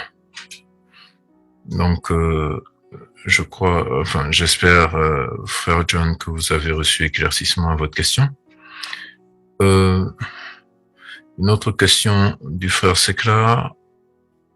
Prophétiser est-il déclenché par Dieu? Pardonnez-moi. Prophétiser est-il déclenché par Dieu ou par nous-mêmes? Non. Quand on parle de la prophétie, on parle de la prophétie, on a la voyance, on a la prophétie. La prophétie, c'est une recommandation de Dieu pour les hommes. Ça, c'est déclenché par Dieu. Mais pour la personne qui détient les dons de la prophétie, il jouit des qualités de voyance. Ça veut dire qu'il peut voir quelque chose sans passer par Dieu parce qu'il a les dons de la prophétie. C'est comme quand on achète la mangue. C'est la mangue qu'on vient manger. Mais la mangue peut venir avec sa peau. Ça peut venir avec les noyaux. C'est aussi comme ça. Donc, quand on parle de la prophétie, là, on applique Dieu. Parce qu'avant qu'on parle de la prophétie, on appelait les prophètes, on les appelait des voyants. Vous pouvez voir ça dans Samuel 2. On les appelait des voyants. On ne les appelait pas des prophètes. On les appelait des voyants. Et si vous voyez que, pourquoi est-ce que Samuel qui est venu après Samuel est venu après Moïse, on l'appelle voyant. Et Moïse qui était avant Samuel, on l'appelait prophète. Parce que Israël était conscient que tout ce que Moïse avait dit venait de l'Éternel. Mais pour Samuel, on a d'abord mis entre parenthèses, voyons d'abord si c'est un voyant ou c'est vraiment un prophète. Et quand on lit dans Samuel, dans 1 Samuel 2 ou bien 1 Samuel 1, on dit même à cette époque-là, la voix de l'Éternel était rare. Se faisait rare d'entendre. Donc quand on parle du prophète, c'est celui qui parle de la part de l'Éternel. Et quand une personne ne parle pas de la part de l'Éternel, la personne a les dons, peut avoir les dons de voyance. Pour que ça devienne un prophète, ça doit être un ministère. Ça veut dire que l'Éternel vous délègue. Donc, parler, quand on dit prophétie, on doit inclure l'Éternel à l'intérieur. D'accord, merci professeur. D'autres questions? Une femme qui est dans sa période menstruelle, peut-elle participer à la Sainte Seine ou peut-elle aller à l'église? Et spirituellement parlant, que signifie être impur? Non, écoutez, le chrétien doit d'abord, si je dois vous dire quelque chose, les chrétiens doivent faire la différence entre opérer dans l'alliance mosaïque et opérer par la grâce. Ok? Nous n'exerçons pas les choses de Dieu à travers le fils d'Aaron, à travers les temples physiques qu'Israël avait construits. Quand vous voyez le départ des apôtres, c'était plus des temples, mais c'était des assemblées en fait. Ils se réunissent. Bien étant qu'ils avaient appelé ça les temples. Tu crois que dans les 120 personnes là qui avaient reçu le Saint-Esprit, toutes les femmes là étaient en bonne période. Hein? C'est impossible. C'est impossible. Parmi eux, il y avait aussi des femmes qui étaient dans leur période. Avaient-elles reçu le Saint-Esprit ou non? Bien La parole est claire, tout le monde a reçu. A reçu. Ça veut juste dire quoi? Ça veut dire que le Saint-Esprit n'obéit plus aux conditions mosaïques, de la loi mosaïque. Toute personne qui se retire, qui est dans la prière, il a bien sûr droit d'être encadré. Donc, ce que non, la femme avec les menstrues, ça c'est dans la loi mosaïque. Nous ne sommes pas dans la loi. Les chrétiens doivent faire cette différence-là parce qu'il me semble que les chrétiens, ils ont pris un paquet de la loi qu'ils ont accepté, l'autre paquet, ils ont rejeté. Non. La femme peut être dans ses menstrues, le Saint-Esprit va descendre sur elle. Si elle est en retrait, encadrée par les 12. Parce que le Saint-Esprit n'était pas descendu quand les apôtres étaient restés 11. Le Saint-Esprit était descendu quand ils avaient choisi Matthias. Donc, encadré par l'enseignement des 12. Cela veut dire quoi? Quelqu'un qui est selon les règles. Parce que je répète encore, Dieu ne traite pas avec nous, mais Dieu traite avec nous à travers Jésus. Ça veut dire quoi? Je vais donner l'exemple simple. Quand Isaac avait donné la bénédiction à Jacob, il n'avait pas donné il était trompé par la peau de l'animal que Jacob avait mis. Donc, il voyait Jacob, malgré son apparence différente, mais avec la peau de cet animal. Dieu sait que nous sommes différents. Dieu sait que nous sommes des menteurs. Dieu sait que nous sommes des zigouilleurs. Mais Dieu ne nous voit pas. Dieu nous voit avec la peau de Jésus. Voilà pourquoi il nous accorde les bénédictions. Donc, même une femme qui est dans sa période de menstrues, à l'église, il a le droit de recevoir le Saint-Esprit. Parce que la Bible dit que dans les derniers temps, vos filles prophétiseront. N'est-ce pas? Oui. Vos filles, vos fils, vos enfants. Oui, on allait dire des femmes en ménopause, mais on a dit les jeunes filles qui commencent, qui règlent, je ne sais pas, 4 fois par mois. Je ne sais pas combien de fois, je ne sais pas. C'est parce que ça ne faisait pas l'exception de cela. Le Saint-Esprit n'opère pas dans la tradition. Celui qui enferme le Saint-Esprit dans la tradition, il a raté la plus grande partie de sa spiritualité. D'accord. D'ailleurs, oui, tu parles. Non, terminé. Oui, d'ailleurs, c'est ce qui fait que le Saint-Esprit, c'est certaines personnes, avec l'ouverture d'esprit qu'ils ont, ils en reçoivent un peu plus. D'autres personnes qui n'ont pas l'ouverture d'esprit en reçoivent moins, mais c'est avec le même Saint-Esprit. Donc, quand le Saint-Esprit descend en nous, il ne modifie pas l'appel que nous avons en nous, il ne modifie pas les qualités que nous avons en nous. Le même Saint-Esprit, le même langue de feu était descendu sur tout le monde. Les apôtres étaient restés des apôtres. Ceux qui n'étaient pas des apôtres, ils n'étaient pas des apôtres. D'accord. Pour dire que la descente du Saint-Esprit ne fait pas la différence. D'accord. Maintenant, spirituellement parlant, que signifie être impur? Quand on parle d'être impur, on doit voir de quelle impureté dont on parle. Est-ce qu'on parle de l'impureté corporelle? Est-ce qu'on parle de... Parce que la Bible nous démontre que dans le temps, c'est l'homme qui allait dans les temples. Maintenant, le temple est dans l'homme. Donc, l'homme qui allait dans les temples devrait s'organiser pour pouvoir être accueilli dans les temples. Ce n'est pas le cas du temple qui vient en vous. C'est le temple qui s'organise pour être en vous. Donc, c'est le Saint-Esprit qui s'organise pour entrer en vous. Et non l'inverse. Donc, quand on parle de l'impureté en Israël, on voyait le conditionnement physique, quelqu'un qui a fait caca, qui doit se nettoyer, sinon il serait impur, quelqu'un qui a touché le lépreux. Là, on parle de l'approche physique que nous, on avait, qu'Israël avait. Nous, on n'a pas l'approche physique. Vous pouvez ne pas connaître Israël physiquement. Vous aurez votre dose du Saint-Esprit. Nous, on a l'approche intérieure. Donc, notre impureté vient de l'intérieur. Voilà pourquoi, quelque part, le Christ dira, ce n'est pas ce qui entre par la bouche qui vous souille, mais ce qui vient à l'intérieur de vous. Il voulait juste dire qu'on a changé les games, en fait. D'accord. Maintenant, professeur, je sais que vous aviez déjà parlé de ça, mais vous allez rappeler votre réponse parce qu'en fait, ce sujet est question d'un lourd débat et d'enseignement de fausses doctrines. J'assume cette phrase que je viens de dire, l'enseignement de fausses doctrines dans le corps de Christ aujourd'hui. C'est ce que certains appellent les dispensations. C'est-à-dire qu'aujourd'hui, nous sommes dans la grâce. Donc la loi n'est plus, nous nous identifions par le Christ.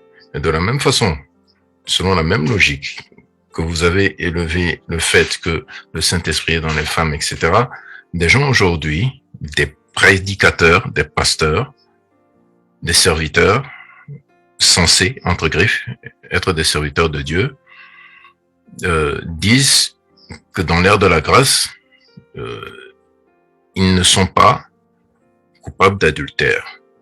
Non. Ils ne sont pas coupables de vol, ils ne sont pas coupables de désobéissance, de crime, au même titre que on est dans l'ère de la grâce. Non. Frère, merci d'avoir évoqué ça parce que c'est tellement important. Tout à fait. C'est quoi la grâce? La grâce n'est pas le salut. S'il vous plaît, nous vous entendons un peu loin. Ok. La grâce, allô? Ça va maintenant? Oui. La grâce légèrement n'est mieux, pas le salut. Oui. La grâce n'est pas le salut. La grâce, c'est le chemin du salut. Le salut, ça se travaille. La grâce, reprenez, s'il vous plaît. La grâce n'est pas le salut. La grâce, c'est le chemin du salut. Parce que le salut, c'est travail. Prenons la grâce comme un terrain de football. On vous met à l'intérieur, c'est à vous de marquer les buts. Vous mettre dans un terrain de football pour jouer, c'est ça la grâce. Mais ça ne veut pas dire que vous avez des buts d'office. Sinon, on ne serait plus jugé. Sinon, la mauvaise épouse ne serait pas rejetée. La mauvaise épouse n'aurait pas raté l'entrée de la bonne épouse. La grâce n'est pas le salut, mais la grâce, c'est le chemin du salut. La grâce, en un mot, c'est un appel justifié. Non justifié par Dieu, non justifié par des hommes, non justifié par Dieu. J'aimerais dire par là, Dieu ne va pas justifier pourquoi il t'a appelé. Mais nous, on peut comprendre qu'on est sous la grâce. La grâce ne vous emmène pas à pécher. Et d'ailleurs, vous pouvez lire Hébreux 10, 26, s'il vous plaît. Hébreux 10, 26. Oui, un instant, s'il vous plaît. Alors, dans la sainte parole de Dieu, l'épître de Paul aux Hébreux, au chapitre 10, le verset 26, il est écrit: « Car si nous péchons volontairement après avoir reçu la connaissance de la vérité, il ne reste plus de sacrifice pour les péchés, Amen. Donc, celui qui pêche volontairement, il n'y a plus de sacrifice pour lui. Donc, la grâce ne couvre pas ceux qui connaissent. La grâce couvre ceux qui ne connaissent pas. Moi, je sais que ça, c'est la sœur privée, c'est la femme de Patrick. Moi, je suis pas, les sacrifices, ça n'est pas pour moi. C'est bien écrit. Les gens ne lisent pas ça. La grâce, c'est un appel. Mais quand on est affranchi par la connaissance, il y a des choses qu'on fait, on n'a plus les sacrifices. Je vais donner un exemple très simple. Les sacrificateurs Élie, il savait que Dieu était en colère contre lui. Tu croyais que le sacrificateur Élie ne faisait pas des sacrifices pour lui-même? D'ailleurs, la Bible est claire, il ne pouvait pas faire les sacrifices pour les autres s'il ne les fait pas pour lui-même. Parce que le souverain sacrificateur devrait d'abord lui-même se sanctifier, en plus prendre les offrandes des autres, n'est-ce pas? Ça veut dire que chaque jour, il faisait la même chose, mais Dieu ne voulait plus le comprendre. Donc, ça veut dire que même les sacrifices qu'il faisait pour lui-même ne valaient plus jusqu'à ce que Dieu l'avait tué. Ça veut dire qu'il y a des gens, il peut être sur la chair, mais le mal qu'il fait, tellement c'est un mal volontaire, Dieu va les détruire, va les mettre en enfer pour ça. Donc, ces sacrifices de Jésus, cette personne-là n'a pas à rappeler Dieu que Jésus était mort pour moi. Ça veut dire que pour ces gens-là, ils n'ont pas la grâce. Très bien. Et c'est ça les dangers des choses qu'on ne nous explique pas. Dieu peut prendre un magicien dans les péchés qui sacrifie des gens et lui donner la grâce de les mettre sur son chemin. Mais Dieu ne va pas prendre un pasteur qui a laissé le pastorat pour aller dans la magie. Dieu ne les récupère pas, qu'on ne vous ment pas. Si un pasteur vient dire que non, je suis un pasteur, je suis tombé dans la magie, Dieu m'a récupéré. Non, c'est sa conscience maintenant qui le fait revenir vers le salut. Mais ce n'est pas parce que Dieu l'a approuvé. Et quand cette personne-là revient, c'est Dieu qui fixe le temps de restaurer. Quelqu'un ne peut pas commettre de l'adultère et puis demain, il vient après 7 jours, il répare à l'hôtel. Qui l'a restauré? Qui l'a remis sur le trône? Qui l'a remis sur l'opération? C'est les hommes, les temps fixés par des hommes, ou bien c'est Dieu qui a fixé les temps? Non, mais ils nous disent que Jésus-Christ a versé le sang pour couvrir ce péché. Mais le verset que tu as lu là est clair. Il dit que pour ces personnes-là, le sacrifice n'est pas valable. Tout à fait. Tout à fait. N'est pas valable. Donc, arrêtons d'amener des chrétiens en enfer bêtement comme ça. Quand tu sais que la femme d'un tel, c'est la femme d'un tel, ne touche pas. Quand tu sais que la femme d'un tel, c'est un tel, ne touche pas. C'est comme ça. Tout péché que nous faisons volontairement n'est pas couvert par les sacrifices de Jésus. Mais c'est couvert par l'approbation de Dieu, par son bon vouloir. Lui, c'est le grand boss, on ne peut pas s'expliquer. Donc voilà pourquoi quand ces hommes de Dieu-là viennent, ils veulent vous faire croire qu'il a demandé le pardon. Non, ne vous en faites pas. D'ailleurs, même dans la hiérarchie spirituelle, un péché que l'autre obtient le pardon, parce que toi tu es élevé, tu n'obtiens pas le pardon pour ça. Pourquoi Moïse avait été détruit? Moïse avait fait plus de mal que les autres? Non. Parce que sa hiérarchie ne les permet plus de commettre ce genre de bêtises-là. Et ça, on ne vous l'explique pas. On doit le dire clairement. Un pécheur, ou bien un frère qui vient de se convertir, ou bien un frère qui n'est jamais monté sur la chair pour prêcher, il peut prendre la femme de n'importe qui. Ça peut être un péché. Mais pour vous, ça peut être quelque chose de plus grave devant Dieu. Donc, on voit même que le sacrifice de Jésus est annulé lorsque nous commettons les choses volontairement. Et ça, on doit le dire pour que les gens comprennent. Ce qui veut dire qu'on peut perdre le salut. Oui, parce que la grâce n'est pas le salut. La grâce, c'est le chemin du salut. Le salut, ça se travaille. Tout à fait.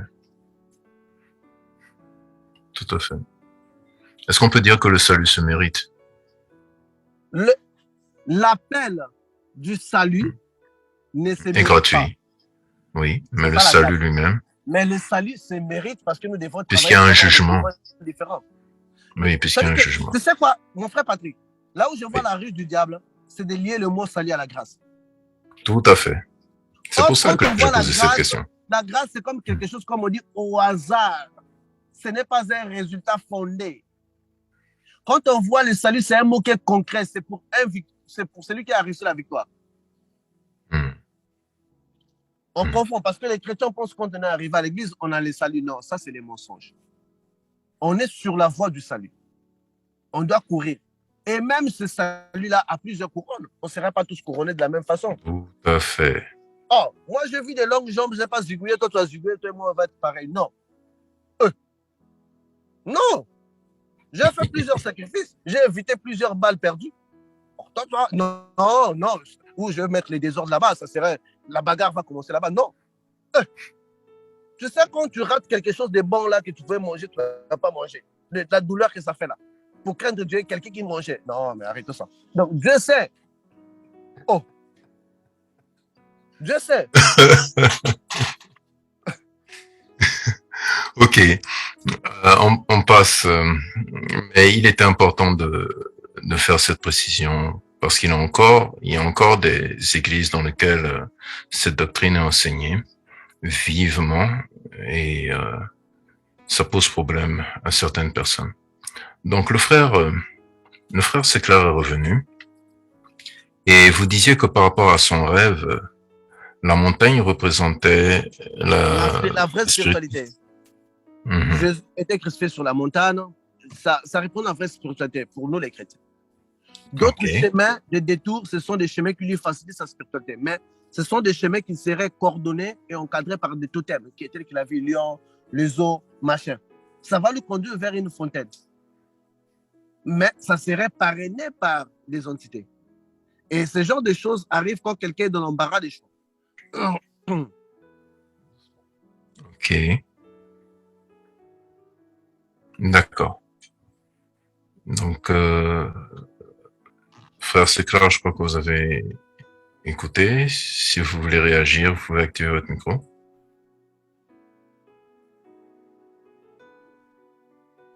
Merci beaucoup, papa. Vraiment, au fait, c'est vrai que vous avez dit que je suis vraiment dans l'embarras parce que ces jours-ci, j'étais tellement trop menacé par beaucoup de choses concernant même l'église là où je suis ici, là où je suis visionnaire. Vraiment beaucoup menacé, beaucoup menacé. C'est pour cela même ces jours-ci, je ne me connectais plus sur les réunions. Et puis, quand j'ai fait ces rêves-là, vraiment, ces jours-là, j'étais inquiet parce qu'il y a même un homme de Dieu qui est venu, qui s'est approché auprès de moi pour me proposer un peu des choses. J'ai dit non, non, non, non, non. Moi, je préfère garder l'alliance. Je sais que le Dieu que je crois, c'est un Dieu auquel que je ne peux pas trahir. Parce que si je trahis, la finalité, ça sera la mort. Maintenant, c'est quand j'ai vu ces rêves-là, j'étais vraiment troublé, vraiment troublé. J'étais vraiment troublé, vraiment. Et pour cela, j'ai cherché vraiment la signification vraiment de ces rêves. C'est la signification que tu viens d'avoir et tu confirmes que cela est compatible. Et c'est la signification d'ailleurs que je confirme que le Saint-Esprit t'a donné. Merci. Suis ce chemin de la montagne-là, ce n'est pas facile, mais tu arriveras à la vraie spiritualité. Et quand quelqu'un est sur la montagne, tout le monde, une ville bâtie sur la montagne, tout le monde les voit. Amen. Et c'est là où il y a la gloire. Voilà pourquoi l'Éternel réside à Sion. C'est une montagne également.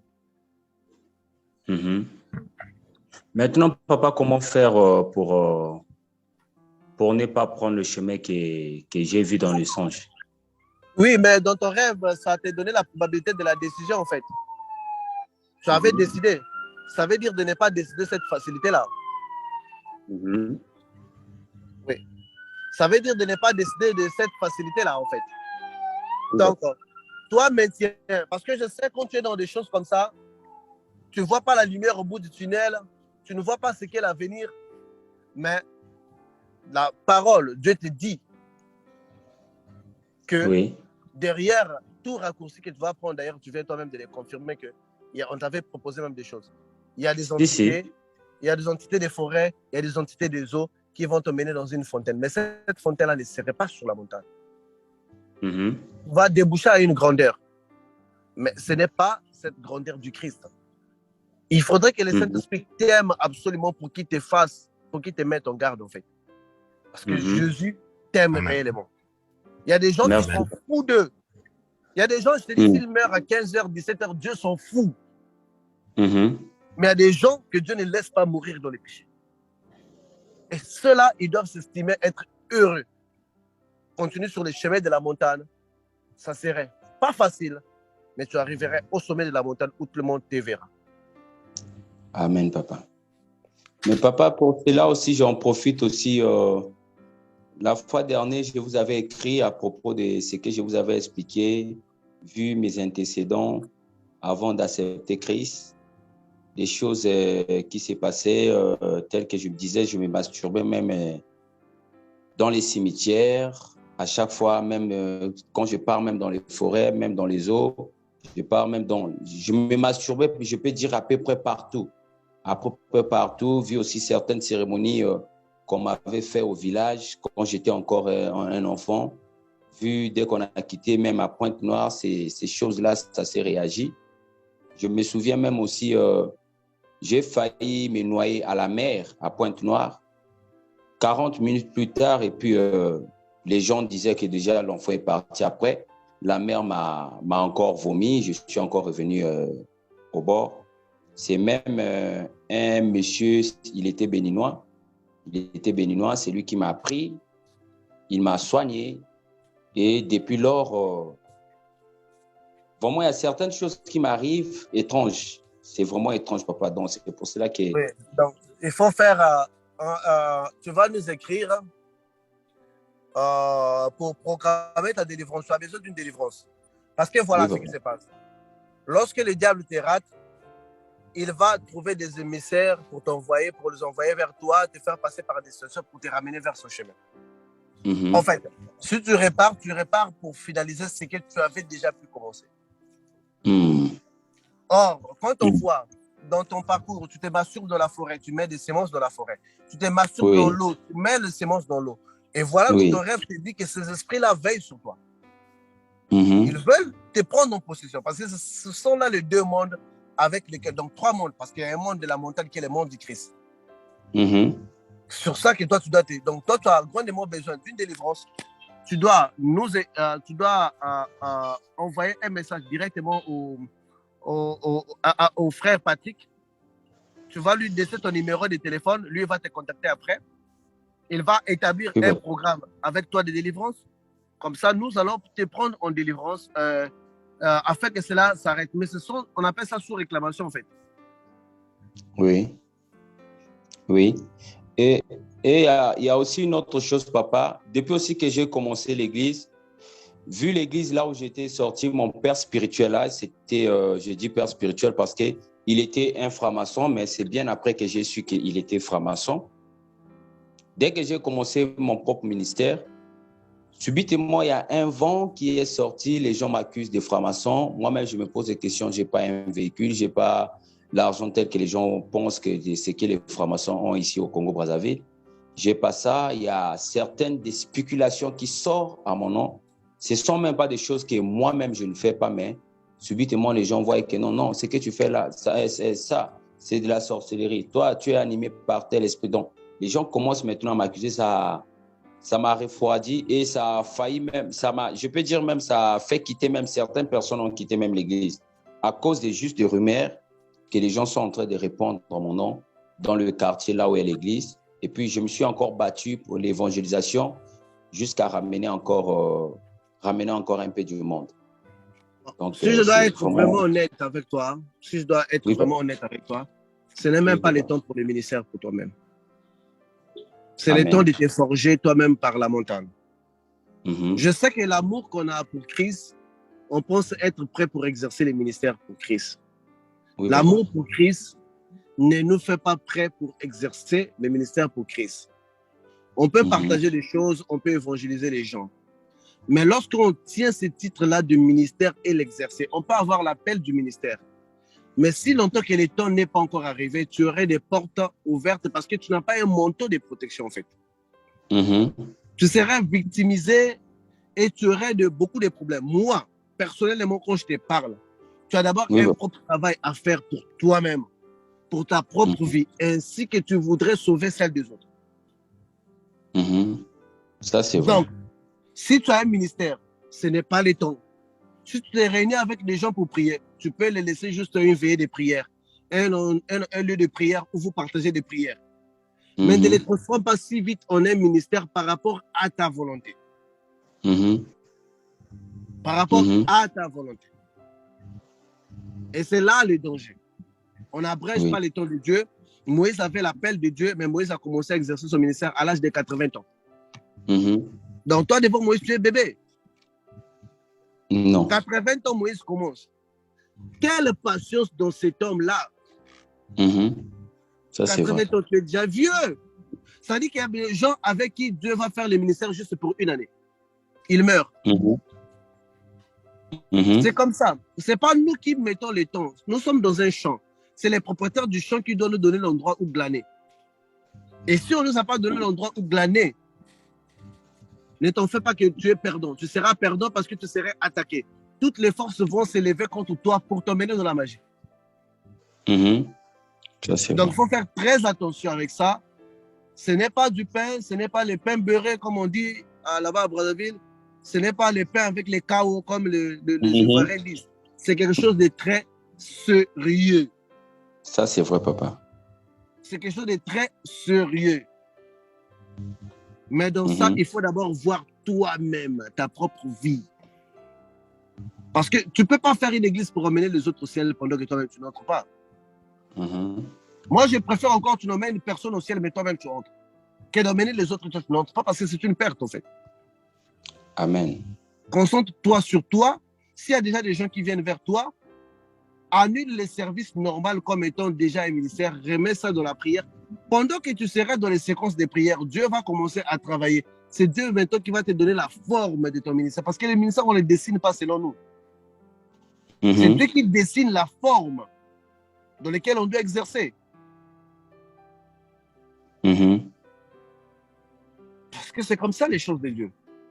Donc, il faut faire très, très attention. Moi, je te juge pas, mais je te dis que tu n'es pas encore prêt. Il y a des choses que toi, tu dois te faire défaire. Parce que si toi-même, tu es sous alliance, et ceux-là qui viennent avec alliance, petit à petit, ça devient l'enfer. Ça devient l'enfer. Ça, c'est vrai. Ça, c'est vrai, papa. C'est le message du rêve, en fait, non, professeur? Oui, c'est le message du rêve. Oui. Ça, c'est vrai. C'est vrai. Vous aviez une question que vous avez écrite, frère Sekla. Est-ce que vous voulez bien la poser maintenant? Par rapport au pasteur qu'on introduit dans le monde spirituel. Oui. Au fait, professeur, je voulais savoir, il y a par rapport, il y a certaines personnes qui font des cérémonies, qui disent aux gens que non, pour que les démons puissent écouter ta voix, pour que les démons puissent craindre ta voix, on doit te faire des cérémonies telles que je peux dire te oindre d'huile avec les cornes, t'emmener dans les forêts, te faire des cérémonies à minuit afin que quand tu pries pour quelqu'un, tu auras la capacité, le pouvoir de chasser les démons. Est-ce que cela est biblique? Ça, c'est l'occultisme. Amen. Ça, c'est l'occultisme. L'huile de l'onction ne fait pas. C'est pas l'huile de l'onction qui va éloigner les démons de ta vie. C'est ton alliance avec Dieu qui éloigne. C'est le degré de ton manteau et de ton obéissance envers Dieu. C'est la sanctification. Ça n'a rien à voir avec tout ce qu'on vous dit là, de cérémonie dans la forêt. Ça, c'est de la sorte. C'est ça la magie, en fait, dans le christianisme. Un démon n'a pas besoin que tu ailles dans la forêt pour qu'il te respecte. Il a besoin juste que toi, tu respectes Dieu. Pour qu'un démon te respecte quand toi, tu respectes Dieu.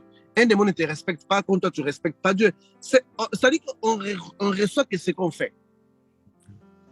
Donc ça, c'est la sorcellerie. Ces gens-là sont en train de vouloir t'initier parce que ces esprits-là te veulent en tout cas. Ils trouvent des différentes voies pour te proposer des choses en fait qui sont occultes, qui sont purement occultes. Donc il faut faire très attention avec ça. Moi, je connais des centaines de milliers de pasteurs qui sont tombés dans l'occultisme comme ça. Aujourd'hui, ils sont devenus des personnes occultes. Comme c'est un pasteur, et il voit déjà les membres de l'église, il ne peut pas confesser. Il va mourir avec ça et il va aller en enfer avec ça par honte.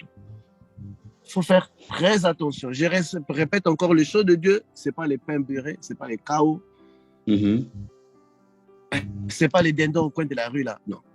C'est plus sérieux que ça. Et pour ça, même moi, je demande une garantie à Dieu avant de faire des choses. Le frère Patrick est là. Il peut vous le dire. Tu peux dire qu'on va faire quelque chose de moi. Où est ma garantie dans ça? avec Dieu? Où est la garantie de Dieu pour que je fasse ça? Je ne vois pas le nombre d'âmes, mais je vois d'abord ma garantie à moi. Amen. Quel est le territoire que je contrôle? Il faut faire très attention, mon frère. Quand on s'engage dans les choses de Dieu, on est à 2 doigts de l'occultisme. Et Satan est juste à côté de nous. Et il faut faire très attention avec ces choses-là. Rassure-toi d'être prêt pour ça, pour les ministères. Ensuite, lance-toi sur les chemins, mais avec des considérations de Dieu. Merci, papa. Au fait, papa, j'ai aussi une autre question. Est-ce que les cérémonies telles que prier avec les parfums, prier avec l'huile, l'eau et le sel? C'est magique. Prier avec parfum, prier avec de l'eau, c'est magique. On prie, mais on peut appliquer l'eau par rapport à l'orientation du Saint-Esprit. Mais on ne prie pas avec l'eau.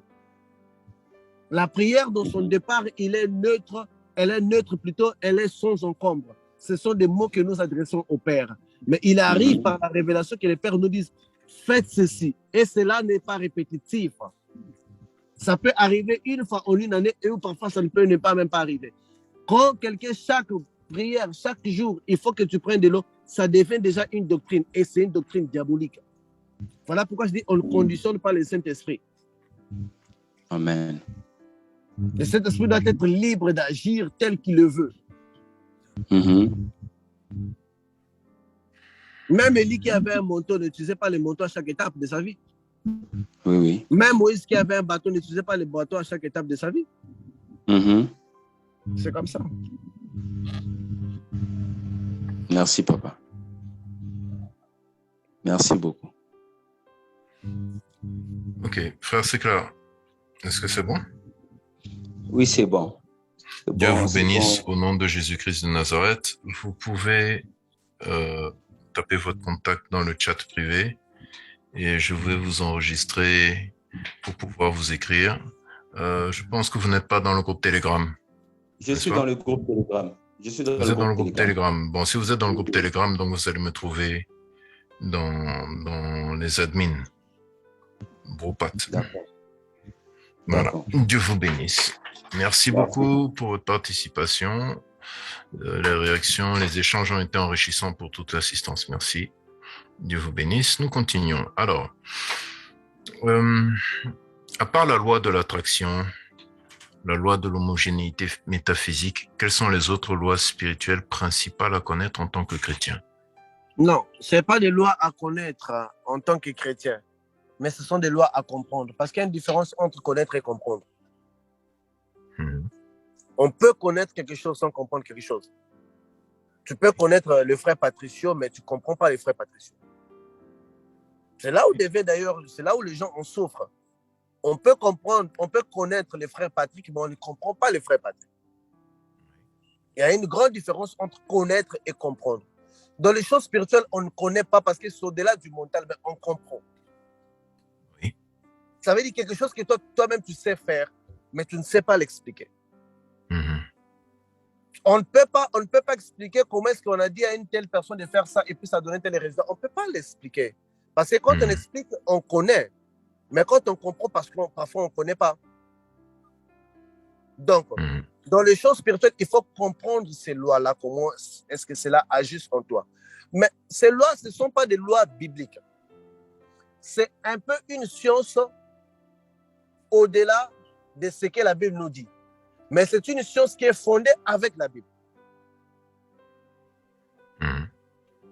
Parce que beaucoup de connaissances peuvent provenir à partir du christianisme. Mais si ces connaissances-là incluent des rituels et des habitudes données, cela devient satanique. Sur quoi? Toute connaissance qui vient au-delà. Par exemple, on parle de la loi de l'homogénéité métaphysique, dans laquelle où la pensée d'une personne est transmise d'une personne à une autre. Par exemple, si cela est accompagné d'un rituel, ça devient magique. Toute connaissance n'est pas mauvaise, mais c'est la pratique de la connaissance qui est mauvaise. On peut rester du matin et au soir en parlant des démons, de tous les démons qui existent en enfer. Ça ne serait jamais nuisible pour nous. Mais les jours qu'on va pratiquer ça, c'est là où ça devient nuisible. D'où les lois, il faudrait les comprendre comment cela s'exerce. Cela s'exerce, on peut pas. Ce sont des milliards de lois. On ne peut pas s'asseoir ici pour parler de milliards de lois. Mais avec des questions précises, en donnant une explication d'une chose, ça peut vous permettre de monter dans des choses qui vont de ces pairs-là ont un impact donné sur telle dimension, sur telle affaire. Mais quand les gens viennent avec des réponses, comment est-ce qu'on dit, des questions, je ne sais pas, des questions ciblées, là, on peut développer la réponse autour de ça. Mais s'asseoir, énumérer des lois spirituelles qui sont plus d'1 million, c'est impossible.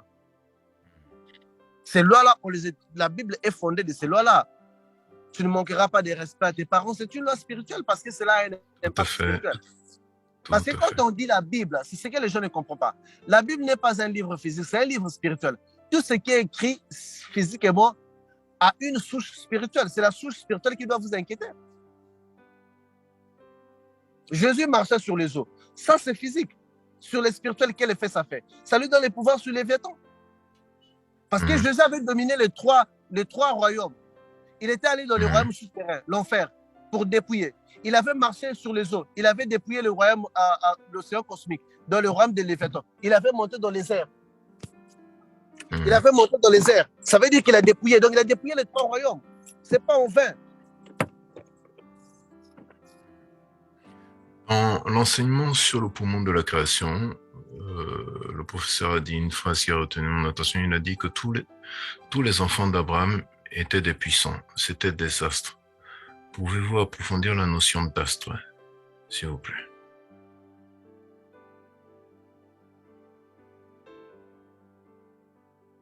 Le professeur n'est pas en ligne. Un instant, s'il vous plaît.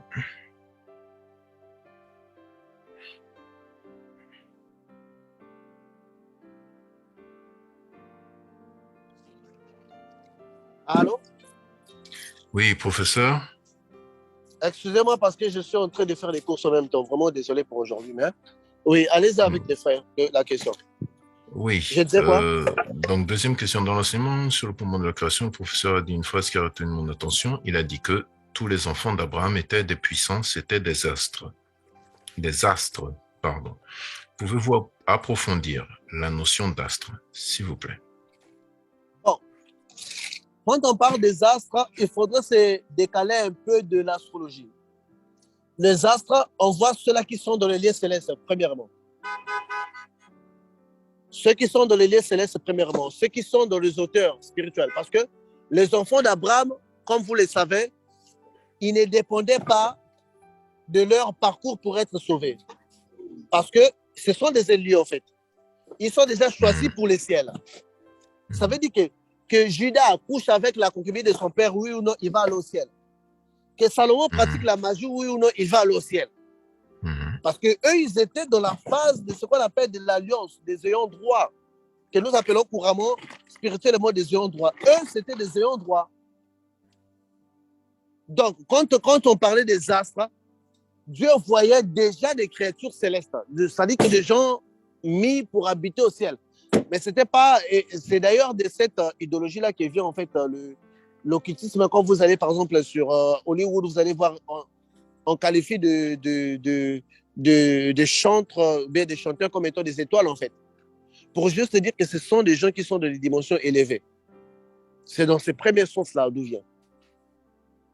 Et quand nous lisons le livre de l'Apocalypse, nous allons voir que la queue du diable avait balayé un tiers des étoiles, qui est des anges, en fait. Donc ici, par là, on voit des étoiles, ce sont ceux-là qui habitent les lieux élevés. Spirituellement. Parce que vous savez, même nous qui sommes des chrétiens, peu importe les efforts que nous allons faire, nous allons mériter des courants dans la Nouvelle Jérusalem. Mais ça ne veut pas dire qu'on va s'asseoir sur la première ligne. Sur les 144 000, là, ce sont des Juifs. De la lignée de Jésus.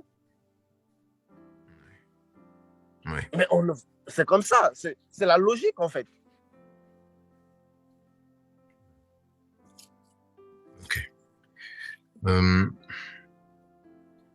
Dans l'enseignement sur la puissance de l'amour et sa protection, vous avez pris l'exemple d'un pasteur qui pratiquait la magie chez lui pendant que le culte se passait dans son église et du coup le pasteur magicien a reçu une attaque quand son église a allumé le feu via des allumettes. Spirituellement parlant et techniquement parlant, comment cela a-t-il été possible? Est-ce que le moment où le pasteur faisait les incantations a ouvert un portail qu'il a rendu vulnérable et donc attaquable par les prières des chrétiens? Quels sont les prérequis d'une attaque spirituelle?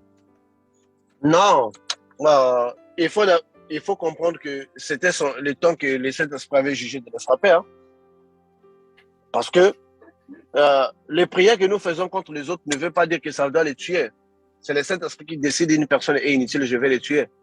Donc, on ne peut pas donner l'explication aux décisions du Saint-Esprit, en fait. Mais le Saint-Esprit avait jugé bon par le pont. Parce que quand on parle du poumon spirituel, en fait, quand on essaie juste d'expliquer les ponts existants. Des Moïse qui met ses mains comme ça, droit, et quand il se fatigue, les soldats aussi qui sont de la bataille commencent à perdre. C'est un pont qu'on établit, en fait. Le poumon spirituel résulte sur les ponts. Les ponts qui avaient été établis étaient efficaces et le Saint-Esprit, pour des raisons qui lui sont propres, il a jugé qu'il devrait tuer cette personne-là comme il avait tué Ananias et Saphira. C'est comme ça, on ne peut même pas expliquer pourquoi est-ce que le Saint-Esprit devrait les tuer. Mais ça, c'est la décision propre du boss, en fait.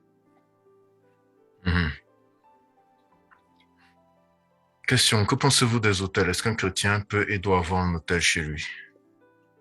Non, on les répète que nous avons l'hôtel à l'intérieur de nous. On peut avoir un lieu où on se recueille pour prier, mais on ne peut pas avoir un hôtel. Parce que quand on parle d'un hôtel, chaque hôtel, c'est le lieu spirituel, c'est le lieu où descend l'esprit. On ne peut pas parler de l'hôtel sans avoir l'esprit. OK? L'esprit qui descend sur l'autel que nous appelons les chrétiens, il descend sur l'autel intérieur, que nous appelons le Saint-Esprit. Il ne descend pas sur l'autel extérieur. Quand vous forgez cet autel-là, c'est pour recevoir quel esprit? Je vous ai dit quelque chose de très important, parfois vous n'avez pas fait attention. Dans le christianisme, il y a la magie blanche. Cela dépend de comment vous faites les choses. Une fois que vous avez érigé un coin dans votre maison, petit à petit, si vous commencez à former votre espoir sur ces lieux-là, automatiquement, il y a un esprit qui doit habiter dans ces lieux-là. Vous êtes entendu par autre force. Comme nous transportons notre hôtel partout, il est à l'intérieur de nous. On peut prier dans les toilettes, on peut prier dans les coins de la rue, on peut prier partout où Dieu nous dit de prier. Parce que cet hôtel, il est à l'intérieur de nous. Les lieux de rencontre, ce n'est plus dans un hôtel physique, mais c'est dans l'hôtel intérieur. Et les chrétiens doivent faire très attention avec ça. Le christianisme est une voie introvertie et non extravertie. D'où dans le christianisme, il y a la magie blanche, que les gens ne soupçonnent pas. Et quand cette magie-là te prend en charge, même si le Saint-Esprit quitte, tu vas continuer d'opérer. Et quand tu vas mourir, tu vas demander à Dieu, mais j'ai fait des miracles autour. Non, Jésus dit que, hey, écoute-moi, je ne te connais même pas. Ce visage ici, je n'ai jamais vu ça, quelqu'un avec 3 dents comme ça. Il ne te connaît pas. Et quelle est la force qui t'avait soutenu pour faire toutes ces choses-là? C'était la force de la magie blanche.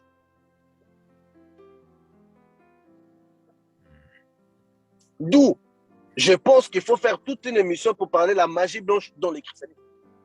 Parfois, ça va amener les gens à se réveiller et à faire attention. Okay. C'est entendu. Par rapport au Genèse 25:8, Abraham expira et mourut. Après une heureuse vieillesse âgée et rassasié de longs jours, et il fut recueilli de son peuple. Étant donné que la nouvelle Jérusalem n'est pas encore bâtie, où Abraham a-t-il été recueilli? Dans le repos du Seigneur, dans le séjour des morts? Comment ça, répéter? Genèse 25:8, Abraham expira et mourut, et il fut recueilli de son peuple. Je vais retrouver ça. Oui, mais quand on parle de son peuple, là, on se réfère aux élus, en fait. Parce que je viens de dire quelque part que les Abraham étaient des élus. Ça veut dire que tout cela qui venait de là, parce qu'ils descendaient directement de Seth. Vous voyez? Tout cela qui descendait de Seth, ils avaient le ciel d'office. Donc, quand on parlait d'Abraham fut recueilli par ses pères, on parlait même de ses ancêtres là qui étaient morts, des Seth que vous connaissez, de Noé, qui sont ses ancêtres en fait. Donc, ce sont eux qui les recueillissaient. Donc, Abraham, il fut recueilli auprès de son peuple. Auprès de son peuple. Quand tu lis Jacob aussi, on avait dit la même chose. Tu lis la mort il fut enterré parmi ses pères, c'est-à-dire qu'auprès de son peuple enterré parmi ses pères. Non, là on parle de la condition spirituelle, parce que là où Abraham était mort, ce n'était pas dans le pays de ses ancêtres qu'il avait laissé. Et ça, c'est une condition spirituelle, ce n'est pas physique. Ce n'est pas qu'Abraham était réparti dans le pays de ses ancêtres. Dieu l'a enlevé et il l'a enlevé. Et quand vous lisez la mort de Jacob, Jacob qui était mort en Égypte, on dit fut recueilli par ses ancêtres. Lisez la mort de Jacob, par ses pères. Est-ce que Jacob est-il mort là où Abraham était mort? Non, il est mort dans un pays. C'est une condition spirituelle. Ce n'est pas une condition physique. Attention avec ces mots-là. C'est la question que je voulais poser en fait. Est-ce que recueilli auprès de son peuple et enterré auprès de ses pères était la même condition? Non, ce n'était pas la même condition. Recueilli, ça veut dire être reçu. Parce que quand quelqu'un est mort, si on reçoit quelque chose de cette personne-là, ça veut dire que clair, c'est l'esprit. C'est une lignée des Élie, en fait, qui s'est stoppée quand les alliances furent brisées, quand le temple de l'Éternel fut pillé. Parce que ce que les gens ne comprennent pas, quand le temple de l'Éternel était pillé, l'alliance aussi était tombée. Merci, nous continuons. Donc, d'autres questions selon l'Apocalypse et le livre de Daniel. Quand est-ce que la nouvelle Jérusalem sera bâtie et quand les citoyens élus pour la nouvelle Jérusalem y habiteront? Ok, la nouvelle Jérusalem, elle est déjà en construction. Il se pourrait que c'est déjà fini, on ne le sait pas. Parce que la Bible nous dit que la terre, l'ancienne, dans Apocalypse 21, l'ancienne terre et l'ancienne ciel étaient passées. La nouvelle Jérusalem, c'est un nouveau planète, un nouveau lieu. Quand on dit je l'ai vu descendre, là on parle d'une condition spirituelle. Parce qu'on dit que l'ancienne terre, c'est dans Apocalypse 21, 1. Je pense 1, 2. On dit que l'ancienne terre est passée, l'ancien ciel est passé. L'ancien ciel est passé. Et je voyais Jérusalem. Donc Jérusalem, c'est tout un nouveau endroit. Comme on dira qu'il y a une nouvelle planète plutôt, qui déjà est bâtie. Si on voit Jésus-Christ aujourd'hui, ça veut dire que c'était déjà fini. Parfois, ils ont déjà coupé les rideaux de ribbon, ils ont déjà pris un peu de vin là à l'entrée, je ne sais pas s'ils prennent de vin là. C'est-à-dire, on est venu nous chercher. Donc, ça veut dire que le jour, moi, je suis en bâtiment, je construis des maisons. Le jour qu'on inaugure la maison, ce n'est pas le jour qu'on a fini de construire la maison. Mais c'est le jour qu'on juge nécessaire que les gens peuvent maintenant occuper les lieux. Apocalypse 21, versets 1 et 2, il est écrit « Puis je vis un nouveau ciel et une nouvelle terre, car le premier ciel et la première terre avaient disparu et la mer n'était plus. Et je vis descendre du ciel, d'auprès de Dieu, la ville sainte, la nouvelle Jérusalem, préparée comme une épouse qui s'est parée pour son époux. Amen. » Ça veut dire même que le message de témoins de Jéhovah qui disent que la terre est transformée, c'est un message satanique. Ce message, ça se trouve dans les livres de satanisme, qui dit que Satan va transformer la terre, il va chasser tous les chrétiens, Jésus va venir nous chercher, on va aller quelque part, et ils vont rester faire de rock, beaucoup de drogue, ainsi que... C'est ça le message sataniste. D'où ils disent que la terre est transformée. C'est comme ça que les témoins de Jéhovah nous enseignent. Mais la vraie Bible nous dit que la terre ne va même plus être transformée, ça sera inutilisable comme les planètes Mars, Jupiter, toutes les planètes qu'on voit là. C'est déclassé. On va les déclasser aussi la terre. On va les jeter quelque part dans la galaxie. D'où même les messages des témoins de Jéhovah, c'est un message sataniste. Et ces messages-là, je l'ai entendu dans l'église de satanisme. Où on transforme la terre ne serait pas transformée. La nouvelle Jérusalem n'a rien à voir avec la transformation de la terre. C'est un nouveau lieu. Le même Dieu qui a fait la terre que nous vivons et les corps que nous avons, c'est celui-là qui fait un autre endroit plus approprié pour nous. Question, pouvez-vous nous citer les jalons prophétiques de l'Apocalypse? La bataille d'Armageddon, l'enlèvement, les tribulations, l'enlèvement de Lucifer pendant 7 ans, le règne. Non, écoutez, d'abord, il va falloir d'abord comprendre une chose. Nous avons le Saint-Esprit, n'est-ce pas? Oui. C'est le Saint-Esprit qui opère parmi nous. L'enlèvement, Comment est-ce que l'enlèvement se fait? L'enlèvement, c'est le départ du Saint-Esprit. Quand le Saint-Esprit va partir, il va monter avec les âmes. Donc, quand vous entendez l'enlèvement là, c'est d'ailleurs le départ du Saint-Esprit. Quand le Saint-Esprit va se replier, il va emmener les âmes. Mais l'enlèvement n'est pas la fin du monde. L'enlèvement n'est pas la fin du monde parce que les choses vont continuer d'être. Mais sous un autre régime, parce que le monde va trouver un moyen d'expliquer qu'est-ce qui s'est passé. Scientifiquement, on peut même assimiler que les extraterrestres ont enlevé des êtres humains. Des êtres humains ont disparu. C'est un phénomène paranormal, tel qu'ils ont toujours l'habitude de trouver des explications sur ce qui nous arrive en fait. Ils vont donner ce terme-là et puis ça serait appuyé par les églises. Pourquoi? Si l'église catholique tombe d'accord qu'il y a eu l'enlèvement, on va dire que vous êtes dans les faux, voilà pourquoi vous êtes restés. Si un pasteur est resté, il ne peut pas appuyer l'enlèvement parce que ça dit qu'il était dans les faux. Donc l'église va combattre l'enlèvement. L'église d'abord en premier qui va les combattre. L'église va les combattre, va combattre l'enlèvement en premier. Après ça, appuyé par des scientifiques, ce qui va balayer l'idée. Et à partir de là, on va vouloir monopoliser les contrôles, puisque les gens sont en train de disparaître. Parfois, c'est un enlèvement des extraterrestres. Parfois, ce sont des foyers qui enlèvent les gens. Alors, on doit mettre des signaux dans des personnes pour les localiser là où ils seront. Vous voyez, c'est là où maintenant qu'on va commencer à nous imposer des marques, à avoir des choses en vous pour vous localiser. C'est ça. Quand il y a l'enlèvement, ce n'est pas la fin du monde, mais les choses vont continuer. On va entrer dans les milléniums. Quand on parle de les milléniums, ça veut dire que le pouvoir de la bête devient plus amplifié parce que 1000 ans, Satan sera lâché. Or, quand nous lisons dans la Bible, on dit que Satan ne chasse pas Satan. Satan ne chasse pas Satan. Ce qui nous donne l'idée, c'est comme s'il y avait deux Satans. Mais nous avons Satan comme étant entité et nous avons Satan comme étant les pouvoirs. Et on dit que Satan sera lâché. OK? Satan sera lâché. Donc, ça veut dire que les pouvoirs opératifs de Satan, c'est ce qui va être libéré. Parce que toutefois que Jésus vient, dans le monde, Satan est lâché. Si vous lisez la Bible, vous allez voir que l'arrivée de Jésus en Israël, on a compté le nombre de démons qui n'étaient pas auparavant. Même Israël était étonné. Oh, démons d'Endor, ce n'était pas auparavant. Il y avait beaucoup. Quand Jésus est arrivé, Israël était infecté de démons. Ça veut dire quoi? Toutefois que le Christ vient, Satan libère une quantité de démons suffisante pour contrer son travail. Et dans les milléniums aussi, puisque c'est un temps où le Christ doit maintenant venir, automatiquement le diable doit lâcher un grand nombre de démons. Or, cette permission-là au diable de lancer un grand nombre de démons ne lui est pas accordée s'il ne reçoit pas l'approbation ou bien le feu vert.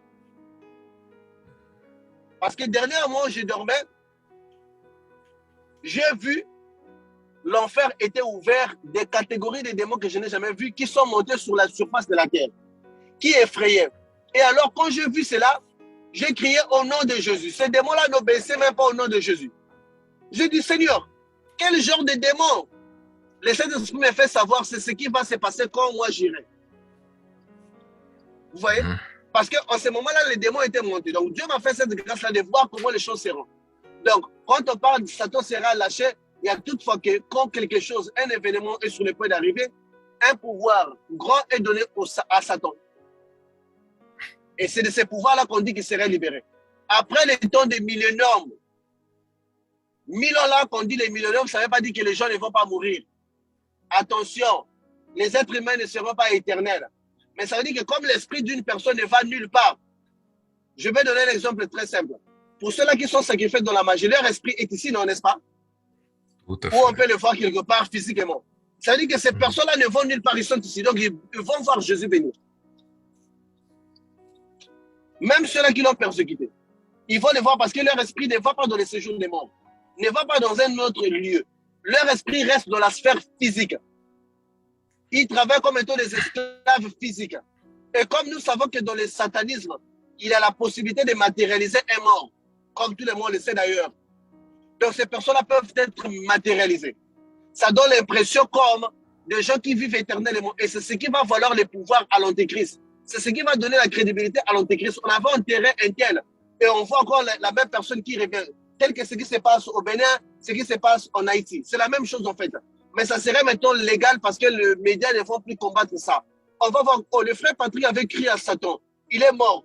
On le voit qu'il revient de sa maison, qu'il récupère sa maison. Et c'est bien. Alors croyons en Satan. Donc ces âmes seront ici. Ce sont eux-là qui vont voir maintenant l'enlèvement du Christ. Pour la deuxième fois, quand il viendra, parce qu'on a l'enlèvement, il vient comme un voleur, et on a le retour du Christ, qui est l'avènement. Dans toute sa gloire, dans l'avènement, dans toute sa gloire. Oui, que tout le verra. Et quand le Christ vient dans sa gloire, c'est pour occuper les territoires. Ce n'est pas il vient et repart. Non. Quand il vient, c'est suivi d'une bataille. Nous, dans laquelle on voit Armageddon. Donc, il faut faire cette étape-là. Quand Jésus vient aujourd'hui, le monde est fini. Non, le monde ne va pas finir. Le monde va rester encore avec beaucoup de perversions. Là, on ne va pas combattre l'homosexualité. Là, on va même aider les homosexuels. Là, on va donner tous les éléments aux agents du diable. Et l'antichrist sera répété de la résurrection. Puisque la bataille entre Jésus et l'antichrist, c'est la résurrection. Voilà pourquoi on va lui donner crédit. On va dire, oh, mais si lui ressuscite les morts, ça veut dire que c'est lui le Christ, c'est lui l'antéchrist. Et voilà pourquoi la Bible dit que même les églises vont les vénérer. Même dans les églises, ils vont les vénérer. Alors que c'est un processus qui se fait tous les jours. Beaucoup de gens sont morts ici, on les retrouve ailleurs, physiquement. Donc c'est ça en fait, il faut dissocier ça. Ok. Et les chrétiens qui vont vivre au ciel, il faut définir ça. Ce sont les chrétiens qui vont connaître le premier enlèvement. Parce qu'eux, ils vont attendre là. Parce que là, ce n'est pas la Nouvelle Jérusalem. La Nouvelle Jérusalem, ça sera pour tous les victorieux. Et puisque le Saint-Esprit ira, la parole va retourner en Israël. Quand ça dit que ça retourne en Israël, ça veut dire qu'on revient sur la loi. Ce sont tes actes qui te justifient. Et ce n'est plus le pardon, en fait. Parce que la grâce n'est plus là. Puisqu'on parle de la grâce de Jésus, la grâce n'est pas venue quand Jésus est mort. C'est ce que les gens ne comprennent pas. Quand vous lisez les Écritures, la grâce n'est pas venue quand Jésus. La grâce est venue quand le Saint-Esprit est descendu. C'était là le début de la grâce. Quand Jésus est mort et ressuscité, Jésus d'abord il donnait les pardons qu'Israël disait que toi tu ne peux pas donner les pardons aux gens. Ce n'est pas la mort de Jésus qui en met la grâce, mais c'est l'arrivée du Saint-Esprit. Et ça, l'Église n'y fait pas attention.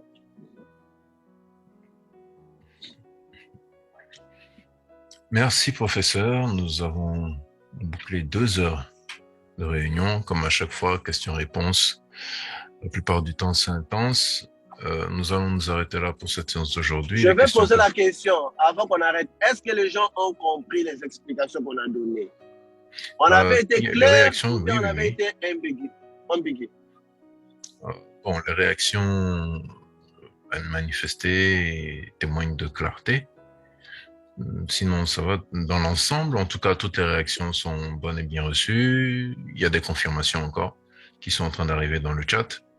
Comme vous pouvez le voir vous-même, professeur. Ah non, parce que je suis au volant, en fait. Ah, vous êtes au volant, d'accord. Oui, voilà pourquoi je prends cette question. Donc, sinon, de tous les intervenants, de toutes les questions qui ont été posées, de tous ceux qui ont posé les questions, en tout cas, tout le monde est satisfait. Oui, ma dernière partie que j'ai exposée là, ça a été clair, parce que ça, c'est quelque chose qui échappe même à l'Église. Les jalons prophétiques?